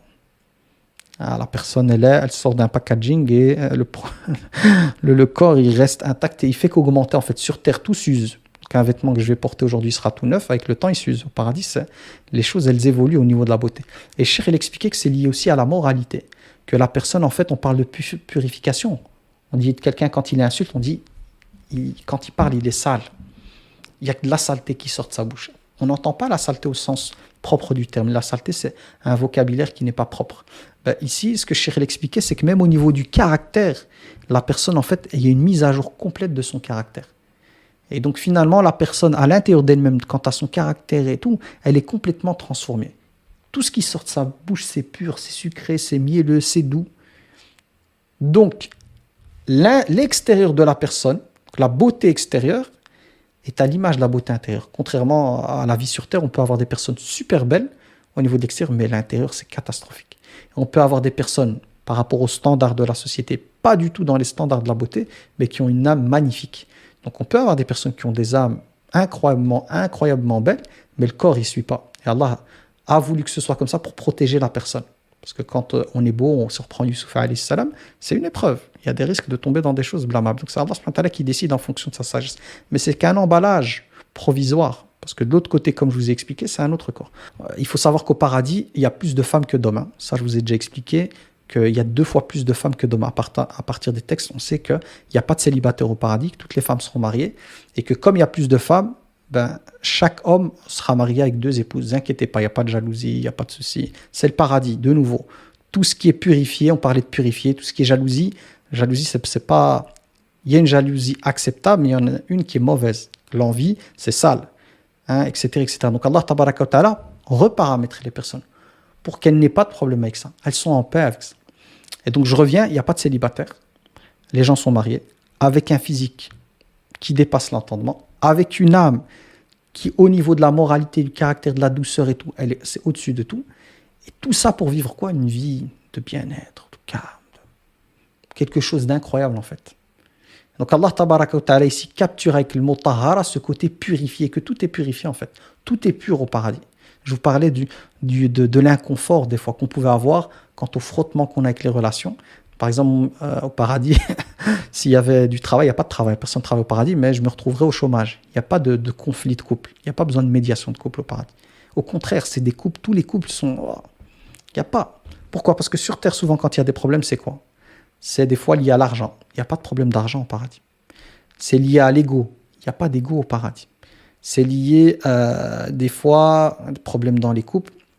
C'est lié à la question de l'intimité. Ou des fois, ça ne matche pas trop au niveau de l'intimité. Il n'y a pas ce problème à la personne tellement belle, pas de souci. Ça peut être lié, des fois, dans certains cas, à la belle famille. Pour des questions de belle famille, machin. Entre les familles, ça ne va pas. Jalousie, des ceci, des cela. Il n'y a pas ça. J'ai dit, il n'y a pas d'animosité entre les gens. Comme tout le monde est refait et tout le monde est gentil et tout le monde est en mode bisounours, il n'y a pas de conflit. Donc, toutes les raisons qui pourraient amener des gens à être en conflit dans les couples, ça n'existe plus au paradis. Parce que c'est lié à déjà le fait de se débarrasser de cet ego, si on peut dire ça comme ça. Ça, c'est déjà un gros souci dans les couples, c'est l'ego. Parmi les choses qui amènent vraiment à un problème, c'est l'ego. Mais pas que. Il y a d'autres, le matériel, etc., etc. Je ne vais pas rentrer là-dedans. Moi, je veux qu'on reste dans la bulle paradis. Comme ça, je vais clôturer sur une bulle positive. Donc, on met ça de côté. On ne parle pas de médiation. Mais voilà, revenir à cette question de... Et ça, c'est très important. C'est que pour qu'il y ait un bonheur dans lequel on peut se sentir comblé, il faut cette dimension d'amour. Et d'amour qui unit un homme et une femme. Pourquoi je vous dis ça? Parce que je ne m'imagine pas voir quelqu'un, ça arrive, il y a des personnes comme ça, mais c'est difficile d'être au sommet de son bonheur si quelqu'un est amené à voyager seul, comme Robinson Crusoe. Donc l'endroit, imaginons, il est magnifique. Donc, Maldives, hôtel de luxe, nourriture incroyable et tout, mais tu es tout seul. Comment tu veux profiter d'un lieu paradisiaque avec une nourriture incroyable et tout, si tu es seul? Pour vraiment amener à ce que le séjour soit waouh, on parle même de lune de miel, pour ceux qui se marient. Souvent, c'est pas du miel. De nouveau, je mets la négativité, on enlève, là on est au paradis. Mais pour que ce soit en mode, on va dire, lune de miel, pour que le bien-être soit au top, il faut absolument que ce soit partagé avec quelqu'un dont les cœurs, avec une personne dont les deux cœurs penchent l'un vers l'autre. Au paradis, il y a des sentiments très forts. Hein. J'ai oublié le terme. Allah tabaraka wa ta'ala, il décrivait en fait les personnes du paradis et montrait par un choix de mots, je ne l'ai plus en tête, une affection profonde en fait. Et que la personne avec laquelle vous vous retrouvez de l'autre côté, son regard n'est tourné vers personne d'autre que vous. Ça aussi, c'est une cause qui amène des fois à des médiations, c'est que le regard, il peut aller ailleurs. Là, il n'y a pas ça. La personne, elle est connectée qu'à l'être aimé. Le cœur, il est emballé que par ça. Et c'est réciproque, en fait. Avec tous les moyens dont le paradis, tous les moyens que met à votre disposition le paradis pour vivre une vie incroyable, hein, parce qu'il y a des paysages, hein, pas croire que le paradis... Pas de paysage. Hein. La personne la plus pauvre au paradis, calmement, elle a 10 fois la planète Terre. D'après l'explication, il dit c'est la Terre et pas l'espace et l'univers. 10 fois de la dunya.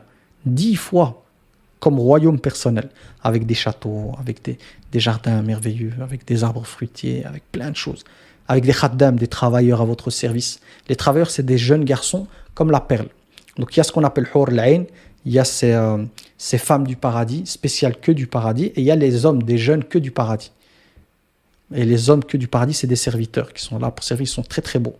Et ils sont au service. C'est pour ça que des fois, même dans les hôtelleries, dans l'hôtellerie et les hôtels, les hôtesses et tout, ils essayent d'amener des personnes en fait. Pour que ça fasse partie du séjour agréable. C'est des personnes, jeunes garçons, jeunes filles qui sont physiquement beaux ou belles. Ça fait partie des choses liées à des séjours comme ça. Au paradis, Allah tabaraka wa ta'ala, il parle de ça, que ce soit pour les jeunes, wildanun mukhalladun, il parle de jeunes éternels qui sont là pour être au service en fait. Mais même eux, ils sont super beaux.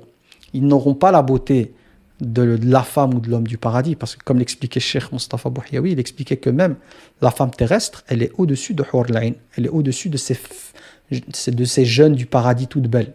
Parce qu'elle était sur terre, elle a dû être éprouvée et tout, donc sa beauté, son rayonnement, il est supérieur. Parce qu'elle, elle n'est pas issue du paradis, elle ne vient pas. Elle a dû travailler, elle a dû passer par des choses très difficiles. Donc elle est au-dessus. Mais ça fait partie de ce qui compose le paradis. Et je vous ai dit, on n'est plus les mêmes, on n'est pas conditionné par notre société à nous, avec tous les virus qu'on nous a mis dans notre tête, à dire ah non, pourquoi ceci, pourquoi cela. Non, toutes les considérations qui sont les nôtres sont des considérations qui sont le fruit de notre époque, qui nous amènent en fait à voir les textes, mais avec un filtre déformant de notre époque. Ces textes-là, lorsqu'ils étaient exposés à l'époque aux femmes musulmanes, aux hommes musulmans, à l'époque du prophète, c'était normal, il n'y avait pas de souci, parce que leur société vivaient déjà dans cette réalité-là. Il y avait de la polygamie, donc qu'un homme ait 2 épouses ou pas, à l'époque, c'était pas vu. Ils en avaient plus. Avant l'islam, ils pouvaient en avoir plus que 4. C'est l'islam qui est venu limiter ça à 4. Mais avant ça, il n'y avait pas de religion, pas de limite. Donc pour eux, tous ces textes-là qui parlent de, par exemple ici, il y a plus de femmes au paradis que d'hommes, donc deux femmes pour un homme, parce qu'il y a 2 fois plus de femmes, cette question de Hur al-Ain, de ces jeunes garçons qui sont servés, dans leur tête, eux, avec leur filtre à eux de l'époque, tranquille. Ça pose pas de problème, il n'y a rien d'illogique ou de pas équitable ou quoi, parce qu'ils sont issus d'une autre société. Nous, que ce soit même moi qui vous donne cours, on est rempli de virus. Puis qu'on est petit, la télé, l'école et tout. Donc notre rapport au texte, c'est un rapport, des fois on comprend pas bien. Pourquoi on comprend pas bien? C'est parce qu'on a recherché le formatage de notre personne. Et je m'en rends compte parce que ces derniers temps, je suis amené à étudier des supports, des choses qui m'ont amené à prendre conscience en fait qu'on est tous pleins comme les ordinateurs, il y a des virus, nos téléphones, on est plein de virus en fait. Et quand je dis virus ici, c'est des choses qui nous amènent à percevoir la réalité par un conditionnement qui a été voulu. Où on a cherché de faire de nous, voilà, de nous assimiler. On n'a pas été assimilés à 100%, mais on a quand même reçu, de par ce monde qui a voulu nous assimiler, ils ont quand même réussi à mettre des trucs dans notre tête. C'est quand même là. Dans notre rapport, des fois même au texte, on le voit. Quand on bloque avec les textes qu'on bute, en fait, finalement, ça nous rappelle qu'il y a un virus là à l'intérieur. Mais comme on est musulman convaincu, de manière globale, on accepte notre religion, on accepte ces choses-là. Et même si des fois on a du mal à comprendre, on se dit, nous, Allah, c'est lui qui sait mieux, je suis qu'un humain, donc je ne vais pas me mettre à oui, mais non, et opposer ma raison qui est le fruit de ces virus au texte. Nous, on est comme ça. La plupart des gens qui sont avec moi dans le cours, moi le premier, on prend les choses comme ça. Mais il faut avoir conscience que il y a des virus. Un jour, peut-être, je vais travailler là-dessus. C'était un projet que j'avais en tête d'identifier quels sont ces virus qui nous amènent justement des fois à buter sur le texte, à arriver sur le texte, à se dire, ah là, il y a un truc, je pige pas là, il y a un truc bizarre. À l'époque, pour eux, normal, tranquille. Parce qu'ils n'ont pas été colonisés. Ils n'ont pas été... il n'y a pas eu de volonté, en fait, de leur imposer une idéologie et de commencer par l'école et de mettre au service de cette idéologie la télé, les dessins animés et tout. Parce qu'il n'y a pas longtemps, hier, juste pour le fun, en termes d'analyse, j'ai été amené à voir une chose qui était liée à un dessin animé. Quand j'étais petit, ce dessin animé, je le connaissais, ils en ont fait une adaptation en film. Et je voulais un peu comprendre. Et subhanallah, comme j'ai pris un peu plus d'âge et d'analyse, dans le film, ils sont là pour casser des codes. Par exemple, dans le film, ils montraient que le mariage, finalement, c'était pas quelque chose d'important. Que pour la personne, en fait, son projet de vie, il passait avant. Et plein de choses comme ça, en fait, plein de pensées qu'on amène, et c'était quelque chose qui était fait pour les enfants. Et en fait, je voyais que des messages, comme ça, codés, avec une nouvelle manière de voir le monde. Et en fait, il y a une volonté. Par rapport aux enfants, futurs enfants, c'est intéressant des fois d'analyser ce genre de choses. Il ne faut pas le consommer comme ça, il faut l'analyser. Mais il y a une volonté petit à petit pour les futures générations à mettre ça, à faire passer ça. Et puis on n'a pas conscience, nous, en tant qu'adultes, qu'on est infesté en fait de virus. L'islam, il arrive à nous tenir globalement, mais il y a quand même des virus qui sont rentrés. Il y a quand même des balles en fait, qui ont percé le tissu de la foi, qui peuvent nous amener des fois. Mais comme notre foi elle est au-dessus, on ne va pas faire comme ceux qui veulent tordre les textes pour les faire rentrer là-dedans. Non, on les accepte, même si c'est difficile. Et on sait que notre religion, et Allah tabaraka wa ta'ala, c'est le plus sage. Pourquoi je vous dis tout ça? C'est pour comprendre cette dimension quand on parle du paradis avec tous ces détails-là. Mais voilà, vous devez quitter ce live avec cette dimension de... En fait, c'est incroyable, le paradis. Donc finalement, quand on s'est bien imprégné de ces versets-là, on relativise, c'est dit, cool. Je vais être dans le reda, je vais accepter le décret divin. C'est qu'une vie passagère, alhamdoulilah. Je vais faire les causes pour, mais le résultat il est entre les mains d'Allah et je ne dois pas être triste ou quoi. Wallahu a'lam, subhanakallahumma wa bihamdik, ashhadu an la ilaha illa ant. Astaghfiruka wa atubu ilayk, subhana rabbika rabbil izzati amma yasifun, wa salamun ala al-mursalin, walhamdulillahi rabbil alamin. Alors, je vais débloquer les messages, vous allez me dire si c'est clair ou pas, même si je suis de temps en temps sorti de l'autoroute. C'est malgré moi. Mais voilà, on essaye de conscientiser les personnes. Donc, normalement, vous pouvez écrire maintenant. Donc, si c'était clair, pas clair. Je regarde le timing. Subhanallah, je déborde ces derniers temps. Je ne le fais pas exprès. Hein. I don't faire exprès. Parce que je vois, il est 27 et le Maghreb, c'est dans 10 minutes. Alhamdulillah, magnifique, très émouvant. Par moment, barakallahu fik wa fiki barak, avec grand plaisir, très clair, c'était vraiment fort. Alhamdulillah. Top, barakallahu fik wa fiki barak, avec grand plaisir. Très profond. Concernant la gratitude, il y a cette indication du matin, je suis satisfait d'Allah comme Seigneur, de l'islam comme religion et de Mohammed alayhi salam comme messager. Est-ce que plus on invoque et évoque la gratitude envers Allah, Allah fortifie. Ah, très bien, tu m'as rappelé quelque chose, j'avais pas du tout pensé à ça, effectivement. Raditu billahi rabba wa bil islami dina wa bi Muhammadin sallallahu alayhi wa sallam nabiyyan wa rasula. C'est ce que tu écris en français. Et j'ai oublié, effectivement. Parce que la gratitude, elle passe par la parole. Nous, les êtres humains, c'est bizarre. On a besoin de mettre en mots les choses pour mieux les ressentir. D'ailleurs, même une déclaration d'amour, quand tu le dis avec tes mots, c'est pas comme quand tu l'as à l'intérieur. Le passage du cœur à l'oral, à l'expression, a un autre pouvoir. Il y a quelque chose, même quand on parle, quand on vit des blessures et que ça à l'intérieur, quand on parle et qu'on vide en fait, on exprime même avec quelqu'un quand on veut crever l'abcès, le fait même d'avoir pardonné dans son cœur, si on n'en parle pas, on ne peut pas mettre des mots, c'est pas pareil. Donc la parole a un pouvoir. Quand la chose qui est dans le cœur, elle est exprimée par la parole, elle a quelque chose, elle agit d'une manière beaucoup plus profonde. C'est peut-être pour ça que nous, les musulmans, on fait des doigts. La doua, elle ne doit pas être dans le cœur, elle doit être formulée. C'est bizarre, hein, mais c'est comme ça. Pas bizarre, c'est intéressant à méditer. Donc, dans ce que tu dis, oui, ça accroît la gratitude. Par le fait de mettre en mots, c'est plus fort. Barakallahu fik, est-ce qu'on pourrait être enceinte et avoir plusieurs enfants? Alors, de ce que j'ai entendu, même Cheikh Adel, je pense qu'il l'avait dit, il a expliqué que c'était possible, parce qu'au paradis, ce que vous voulez, vous l'avez. Mais il n'y a pas toutes les peines et toutes les difficultés liées au monde terrestre. Donc tout ce qui est lié à la grossesse, à la difficulté, non. Toutes les choses se font de manière à ce que tout soit, comme une lettre à la poste, on dit à l'expression, soit facilité. Donc il dit que si c'est un besoin qu'on a, oui. Moi, je vais vous donner la règle de base, c'est que toute chose qu'on désire au paradis, si on la désire à ce moment-là, on peut l'avoir. Mais la question que je me pose, c'est est-ce que réellement les gens auront le désir d'avoir un enfant ou pas?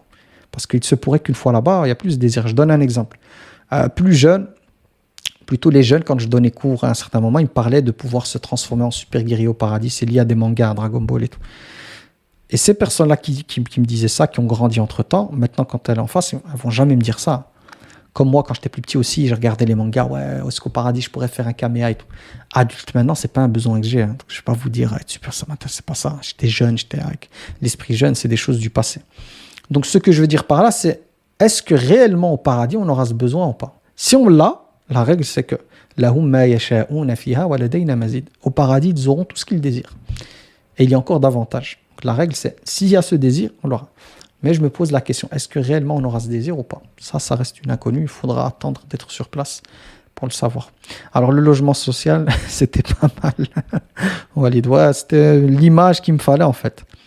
Et là, je te disais, si tu prends la meilleure villa, la plus chère, vraiment le truc de luxe, là, incroyable, avec des piscines, jacuzzi, cinéma à l'intérieur, je sais pas combien de chambres, avec que des meubles de marque, c'est un logement social, c'est un HLM par rapport à ce que le paradis peut contenir. Salam alaikum, shukran pour le dars. Dans quel texte trouve-t-on que dans le paradis, c'est un homme pour deux femmes? Ça, c'est dans des ahadiths. Tu vas retrouver ça dans les ahadiths. J'ai même fait des recherches parce qu'un jour, des personnes qui avaient cours ici, ils m'ont dit, ouais, est-ce qu'Abou Bakr, tu peux nous dire qu'est-ce qu'il en est des houris, qu'il y en aura 72 Et en faisant mes recherches, il n'y a rien d'authentique sur les 72 houris et tout. Il n'y a rien d'authentique. Par contre, ce qui est authentique, c'est les deux épouses, on retrouve ça dans des textes authentiques. Là, il peut y avoir divergence, c'est est-ce que c'est des femmes terrestres ou des hur al-ayn ou quoi? Mais de ce que j'ai trouvé, c'est déjà femmes terrestres. Donc c'est sur base de textes authentiques, ça. Qu'on retrouve ces dimensions de deux. Et ce qu'il y a d'étrange, c'est qu'il y a plus de femmes en enfer et il y a plus de femmes au paradis. Ça veut dire que peut-être proportionnellement, au niveau de l'humanité, depuis le début jusqu'à la fin, il y a plus de femmes. Il y aura plus de femmes sur Terre que d'hommes. Parce qu'on retrouve aussi un texte qu'il y a plus de femmes en enfer que d'hommes, en fait. Mais on retrouve aussi le texte, il y a plus de femmes au paradis, le double que d'hommes. Donc c'est l'idée de se dire, quand on prend les textes, il ne faut pas prendre des textes isolés. Prenons les deux côtés. pour voir que c'est plutôt statistique. Que c'est une question de proportion entre les hommes et les femmes, et plus de femmes que d'hommes. Ok, alors ici, Allah Ibarak, très clair, à la fin était brutal, trop rapide. Oui, c'est parce que j'ai vu l'heure. En fait, la brutalité de la fin est liée au temps. Dès que j'ai vu l'heure, j'ai dit, ouh, Abou Bakr, là, il serait temps d'arrêter. Donc, c'est vrai que j'ai des fins atterrissage de l'avion. Là, c'est un atterrissage, je ne vais pas dire catastrophe, mais voilà quoi, c'est un atterrissage d'urgence, on peut dire ça comme ça. Alors ici, c'est clair, magnifique. Dans la sourate, donc le Créateur, verset 32, Allah parle de 3 catégories de personnes. La reconnaissance est citée. Ensuite, il dit, le jardin d'Éden, par où ils entreront, Jannatu Adnin. Est-ce que ces versets, donc 32 et 33 de la sourate 33, parlent de la même chose que le verset 25 ? Peut-être, je ne vois pas de quel verset il s'agit. Les 3 catégories, je connais. Il y a même dans la sourate juste après le Rahman, j'ai oublié son nom, le Waqi'a, Allah il parle de 3 catégories. Il parle de ceux qui devancent tous les autres par le bien, Sabiqoun. Il parle des gens de la droite. C'est pas le parti politique. Hein. Les gens de la droite, c'est ceux qui ont été pieux, pieuses, mais qui ne font pas partie de Sabiqoun, de l'élite. Et puis il parle des gens de la gauche. Et il parle, dans la sourate Rahman, vous avez énormément de détails sur le paradis, mais aussi dans la sourate 56 juste après, ceux qui veulent des détails, vous allez dessus, vous allez voir pas mal de détails. La seule chose à savoir, c'est qu'au niveau du français, on va vous donner un avant-goût, mais en langue arabe, avec l'étymologie, c'est beaucoup plus profond. Les explications sont plus intéressantes, parce que l'arabe contient la dimension étymologique qui donne un sens plus profond au mot qui sera traduit en français. Donc ici, je ne sais pas te dire, parce que je vois pas quels sont ces versets. Merci, trop bien pour le cours. Merci beaucoup, de rien, grand plaisir. Salam alaikum wa alaykoum salam wa rahmatullah. C'est en faisant face à ma blessure d'injustice, de faire face à l'ingratitude autour de moi, que je me suis demandé si j'étais injuste ou ingrate avec mon Seigneur. Alhamdoulilah, en ayant travaillé ma gratitude envers Allah, ne serait-ce que par Alhamdoulilah prononcé en boucle et sincèrement pensé. C'est un très bel exercice, c'est une belle méditation qui a été la tienne, quant au fait de comprendre qu'à travers ta blessure, tu pouvais te poser la question, est-ce que moi, avec mon rapport avec mon Seigneur, est-ce que je suis de cette nature ? Est-ce que moi-même, je ne suis pas ingrat ou injuste ? À voir que quand on écoute, on fait un rappel en pensant à la réforme de quelqu'un au lieu de sa propre personne. Qu'en penses-tu ? Barakallahu fik. C'est pas forcément mauvais, c'est-à-dire que si tu penses à la réforme de quelqu'un, et le quelqu'un, c'est une personne auquel tu tiens, et ça te peine de voir cette personne loin d'Allah, et que tu penses à elle au moment de la réforme, c'est pas un mal. C'est un acte, tu veux lui bien pour la personne. Donc le fait de penser cela automatiquement ne veut pas dire qu'on se déresponsabilise de sa réforme à soi. Mais c'est parce que, subhanallah, quelqu'un dit quelque chose, ça nous fait penser à des personnes loin, on aimerait bien qu'elles soient en fait, dans le cercle des gens pieux, pieuses, et des gens qui pratiquent. Donc c'est pas forcément un mal. Des fois, ça m'arrive, j'écoute des doros et je pense à des gens. Parce que ce que dit le cheikh, il est en lien avec quelqu'un, une personne que j'aimerais voir sortir de ça. Barakallahu fik pour le cours. Wafiki baraka, merci pour le petit cours, mon frère Abou Bakr. C'est le logo bleu. C'est le logo bleu. Donc, merci pour le petit cours, mon frère Abou Bakr. C'est le logo bleu. Le logo bleu. Le logo bleu. I don't understand. C'est le logo bleu. Je ne connais pas le logo bleu. Alors, la société dans laquelle nous vivons essaye de nous endoctriner, surtout nos enfants, avec leur histoire de non-genré, de plus en plus, les pubs. Qu'Allah nous préserve. Amin, ya Rabbi yak. Amin. Qu'Allah nous préserve de tout cela. Qu'Allah nous préserve. Préserve-nous et préserve les enfants de la communauté de toute chose qui viendrait les amener à sortir complètement de la route. Donc, chaque homme aura 2 épouses au paradis. Oui, ça c'est ce qu'on peut retrouver dans les textes. C'est au moins 2. Au moins 2. Mais en tout cas, 2 épouses terrestres. Et vous inquiétez pas, on revient au même truc. Jalousie, il n'y en a pas, etc., etc. Mais ça, on retrouve dans les textes 2, effectivement. Ça n'empêche pas qu'il y ait des hur al-ayn comme des serviteurs aussi, des serveurs. En plus de cela, plus des 2 terrestres. Ensuite, nous fîmes héritiers du livre ceux de nos ancêtres que nous avons, ceux de nos serviteurs que nous avons choisis. Il en est parmi eux qui font du Torah eux-mêmes, d'autres qui se tiennent sur une voie moyenne, et d'autres, avec la permission d'Allah, devancent tous les autres par leur bonne action. Telle est la grâce d'Allah infini. Ah oui, ce verset, je vois, c'est lequel ? Héritiers du livre, c'est-à-dire ceux qui ont reçu le livre et leur rapport au livre. Et nous, les musulmans, on est concernés par ça. Il y a ceux qui sont injustes envers eux-mêmes, c'est-à-dire ceux qui ils croient en Allah et tout, mais qui tombent dans les grands péchés, les choses qu'il ne faut pas. Donc ceux-là, ils sont injustes envers eux-mêmes. Puis il y a ceux qui sont sur la voie moyenne. C'est-à-dire ceux qui, voilà, on va dire, on espère qu'on en fait au moins partie. C'est-à-dire ceux qui se battent en fait pour marcher droit.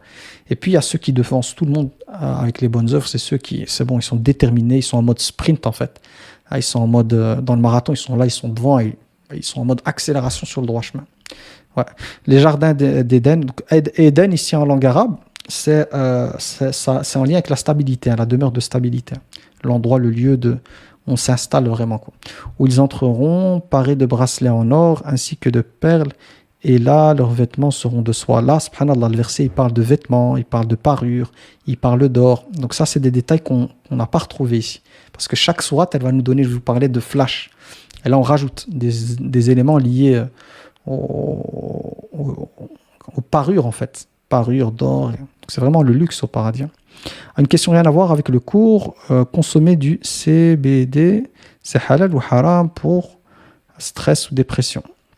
Je ne sais pas c'est quoi le CBD. Si c'est des antidépresseurs, c'est quelque chose qui a été prescrit par le médecin ou quoi pour une personne dépressive, bah là c'est médical en fait. Donc je ne sais pas c'est quoi du CBD et ça va dépendre. Est-ce que c'est médical ou pas?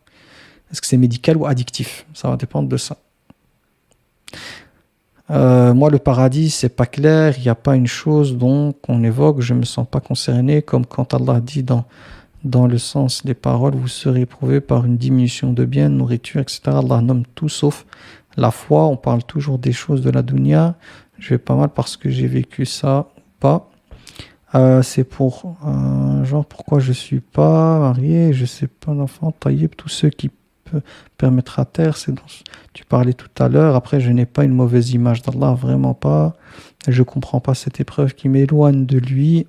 Et ça, c'est malgré moi. Donc oui, même quand ma salade était parfois sa saveur, mais en fait, j'ai l'impression de ne pas exister, je sais pas. Alors ici, ce qu'il faut savoir, c'est que par rapport à ce que tu écris, dans cette question de prière que je parlais, dont j'expliquais qu'elle pouvait être lourde, il faut distinguer plusieurs types de lourdeur. Il y a une lourdeur qui va être liée à ce que j'expliquais tout à l'heure, à savoir des personnes qui vont peut-être cacher de la colère et qui ne vont pas le dire, mais il peut y avoir de la lourdeur parce que la personne, elle est, comment on va dire ça, elle est amenée à porter une vie lourde.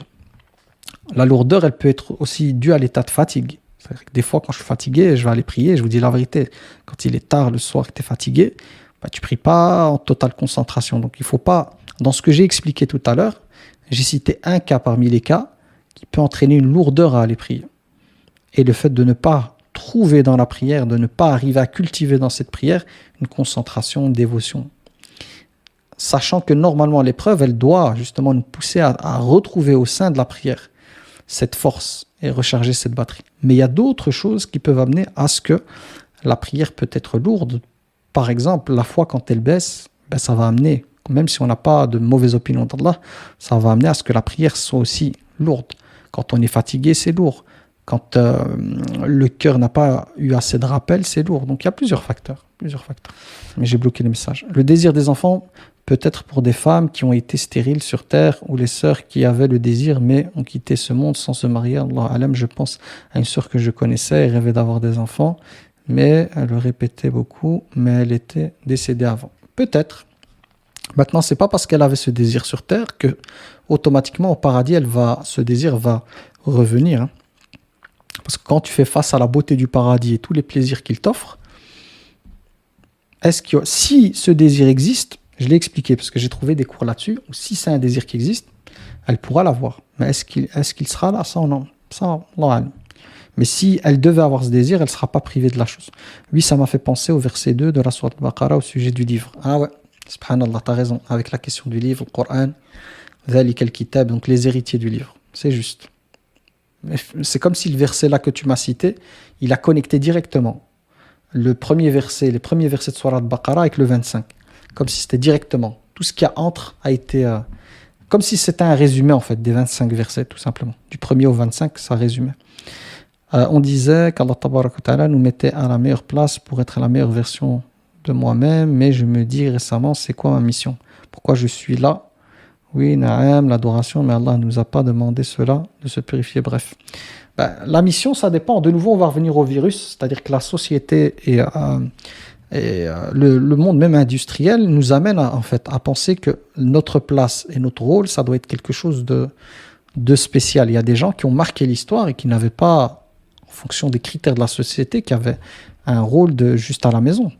Par exemple, il y a des gens qui ont consacré leur vie à l'adoration sans plus et qui font partie de l'élite. Maryam alayhi salam, avant d'avoir été touchée par le don divin, toute sa vie, elle se résumait à adorer Allah dans le temple. C'était ça son truc. Mais nous, on va revenir à la mission de vie et tout. Tous ces éléments liés à la mission de vie, le sens, la quête, le rôle, il ne faut pas oublier que ça fait partie d'un système qui nous a intégré ça. Et des fois, les gens à la quête de ce rôle, de cette mission de vie, en fait, elles s'écartent d'elles-mêmes. Elles ont l'impression de cheminer vers leur réalisation d'elles-mêmes et tout. Mais on leur a mis ça en tête. Et on pense en fait que la réelle réalisation de soi, c'est par rapport à des projets, par rapport à des ceci, par rapport à des cela. Donc de considérer que les mamans d'une certaine époque, qui à un certain moment n'avaient de mission que, des fois pour certaines s'occuper d'elles-mêmes, hein, d'autres s'occuper des enfants desquels elles avaient la charge, que finalement c'est pas waouh en fait. C'est pas waouh, c'est pas... Faut regarder, hein, nous dans nos traditions, qu'on regarde un peu les personnages féminins qui ont marqué l'histoire et qu'on regarde un peu l'histoire de chacune, on va voir. Par exemple, Aïcha radiallahu anha, qui était l'épouse du prophète, elle n'a jamais eu d'enfant. Jamais eu d'enfant. Et son mari, qui est le prophète alayhi salam, est décédé quand elle avait plus ou moins 19 ans. Et elle a vécu, je pense qu'elle a dépassé les 60 ans. Tout le reste de sa vie a été consacré à quoi? À l'adoration, à l'enseignement. Toute sa vie, c'était ça. Adoration, enseignement. En grande partie de sa vie. Elle n'a jamais eu d'enfant et elle a vécu célibataire, plutôt veuve, de ses 19 jusqu'à la fin de sa vie. Sa mission de vie, c'était quoi? Elle se sentait comme étant une servante d'Allah, donc c'était adorer Allah et transmettre de chez elle, hein, transmettre de chez elle son savoir. Il y en a d'autres qui n'avaient peut-être pas les compétences d'Aïcha, parce qu'il y a d'autres épouses du prophète qui sont restées vivantes à la mort du prophète, qui ont dû vivre sans se remarier. C'était quoi leur mission de vie? C'est d'adorer. Voilà, leur vie était connectée à la dimension spirituelle d'adorer. Donc, il faut savoir que des fois, on nous met des choses dans la tête. Ça ne veut pas dire qu'il ne faut pas avoir de projet ou quoi, mais je dis simplement, à partir du moment où il y a une chose qu'on nous met dans la tête avec cette mission de vie, réalisation de soi, et qu'on souffre, que ça amène finalement à ressentir de la souffrance, c'est que cette chose-là, il y a un problème. Il y a un problème. C'est pour ça que je vous ai dit qu'il y a des virus qu'on a à l'intérieur, on n'en a pas conscience. Et il y a des gens qui se perdent. Ce que j'ai aimé, c'est Diams, elle a parlé il n'y a pas longtemps, parce que finalement, la première version de Diams, avant d'embrasser l'islam, c'était la version de réalisation de soi, mission de vie, exister, trouver ma place, c'était ça. Donc c'était ce virus-là. Et quand elle a rencontré l'islam, tout ça, elle l'a balancé. Hein. Et c'était quoi? Ça, c'est quoi sa vie maintenant? C'est rechercher l'agrément d'Allah et la satisfaction d'Allah par une vie simple. Il faut faire attention à ces virus. Ça ne veut pas dire qu'il ne faut pas avoir d'ambition, mais moi je parle de la souffrance. Toute chose qui est installée à l'intérieur de nous et qui nous amène à souffrir, c'est qu'il y a un problème. Oui, je confirme les dessins animés, éducation contraire à nos valeurs, c'est inquiétant. Je regarde un dessin animé avec mec. Ouais, les dessins animés, là, surtout les derniers, là, les nouveaux, c'est catastrophique. Hein. Oui, il y a le mot stabilité quelques versets après. Très belle sourate, machallah, c'est de la bulle légale. C'est de la bulle légale, ça s'assume, il me semble. Ah, de ce qu'elle a parlé Yamina, de la bulle légale, ça s'assume. Il faut éviter ce genre de choses, prendre une tisane ou quelque chose. Yamina, elle dit non, ça se fume pas. Ça dépend. Si c'est un antidépresseur et qu'on en a vraiment le besoin, et qu'il y a une prescription médicale, oui. Mais si c'est un truc à consommer qui est une drogue, qui est dans la catégorie drogue, non. Par contre, on peut utiliser des tisanes, des plantes et tout, mais pas ce qui est drogue, mis dans la catégorie des drogues. Mais tout ce qui est lié aux antidépresseurs et tout pour quelqu'un qui ne va pas bien, ça peut être utilisé, mais avec modération, parce que là aussi, il peut y avoir de l'addiction. Tout ce qui est caché, il peut y avoir de l'addiction. Mes enfants, c'est beaucoup sur le shirk, effacer les religions, tu rêves des choses, invoque la tortue ou la fée. Oui, le problème, c'est que dans les dessins animés, il y a énormément de shirk, effectivement. Beaucoup de shirk. Beaucoup de shirk. Regarde cher Google. Yamina, elle a dit pour le truc là.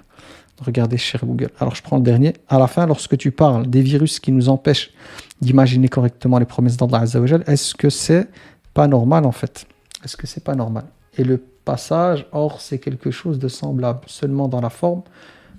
est-ce que c'est pas la volonté d'Allah? L'être humain est faible, limité et imparfait, alors notre esprit n'est pas capable de concevoir toutes ces perfections. Exactement, effectivement, l'esprit humain, comme il est limité quant à sa rationalité, quant à sa représentation des choses, n'est pas capable d'appréhender toute la complexité et toute la sagesse aussi. Parce que même si Allah Tabaraka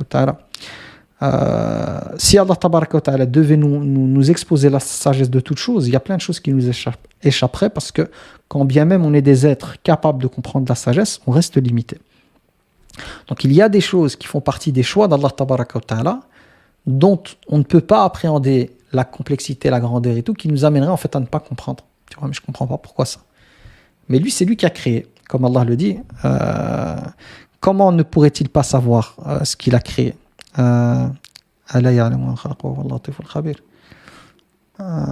Plutôt c'est est-ce qu'il ne sait pas ce qu'il a créé alors que c'est le Latif al-Khabir, Latif dans le sens de celui qui connaît les moindres choses, les choses dans les moindres détails les plus subtils et qui nous accorde des dons subtils, et le Khabir, le parfaitement connaisseur. Donc il connaît l'être humain, c'est lui qui l'a créé, c'est lui qui a équipé l'être humain de sa psyché, de sa psychologie, de ses émotions, de tout ce qu'il y a. Donc il est capable de savoir ce qui est OK ou pas. C'est lui qui définit ce qui est OK ou pas. Donc le paradis, il est fait de manière à répondre aux besoins de l'être humain, besoins qui ont été créés par Allah. Et il est paramétré par rapport à la sagesse d'Allah et la connaissance d'Allah, par rapport à une créature que lui a créée selon une volonté précise. Et des fois, l'être humain, il veut changer en fait. Il veut rentrer là-dedans. Décider, non. Pas l'être humain, c'est pas tout le monde. Hein. Certains êtres humains veulent imposer à l'ensemble de l'humanité leur manière de définir l'humanité, leur manière de décrire l'humanité, en étant en contradiction avec la fitra, avec la programmation voulue par Allah. Des hackers, quoi. Des gens qui veulent hacker la création d'Allah. Ça se voit avec les chirurgies, ça se voit, je dis bien esthétique, on voit ça se voit dans plein de choses. Le changement même, Allah subhanahu wa ta'ala, il a créé quelqu'un avec un genre et la personne qui va opération pour changer de genre. On voit bien qu'il y a une révolte en fait par rapport au décret divin et par rapport au choix divin. C'est de la souffrance sur de la souffrance. En faisant ça, l'être humain, il ne doit pas espérer être bien dans sa peau. Ça montre une instabilité intérieure. Donc voilà, moi je vais m'arrêter là-dessus en espérant que par la grâce d'Allah Tabaraka wa Ta'ala, ça a pu vous éclairer. اللهم آت نفوسنا تقواها وزكها أنت خير من زكاها أنت وليها ومولاها ربنا آتنا في الدنيا حسنة وفي الآخرة حسنة وقنا عذاب النار اللهم إنك عفو كريم تحب العفو فاعف عنا. J'implore Allah Tabaraka wa Ta'ala par ses noms et par ses attributs de perfection de nous accorder le Firdaus al-A'la par sa grâce, qu'Allah Tabaraka wa Ta'ala nous facilite le fait de pouvoir poser des actes avec une sincérité et une authenticité, plutôt avec une sincérité totale, par laquelle on recherche son agrément à lui et à lui seul, qu'Allah Tabaraka wa Ta'ala nous compte parmi ces personnes dont on a parlé, à savoir ceux auxquels la bonne annonce a été faite d'un paradis aussi merveilleux, plus merveilleux que ce que je vous ai dit, qu'Allah Tabaraka wa Ta'ala nous compte parmi eux, qu'Allah Tabaraka wa Ta'ala nous compte parmi les habitants de l'Al-Firdaus al-A'la, qu'Allah Tabaraka wa Ta'ala nous préserve de l'enfer et de tout comportement et tout acte qui amène en enfer, qu'Allah Tabaraka wa Ta'ala nous pardonne nos péchés, qu'Allah Tabaraka wa Ta'ala par sa grâce, on l'implore qu'il transforme nos péchés en hasanat, qu'Allah Tabaraka wa Ta'ala par sa grâce multiplie nos bonnes actions, qu'Allah Tabaraka wa Ta'ala nous permette par sa grâce de quitter ce monde avec un cœur serein, un cœur sain, une âme apaisée, qu'Allah Tabaraka wa Ta'ala nous place sous l'ombre de son trône le jour où il n'y aura d'autre ombre que celle de son trône, et qu'il nous accorde le privilège de pouvoir rentrer au paradis par sa miséricorde. Amin. Wa sallallahu wa sallim ala sayyidina Muhammad wa ala alihi wa sahbihi ajma'in. Walhamdulillahi rabbil alamin.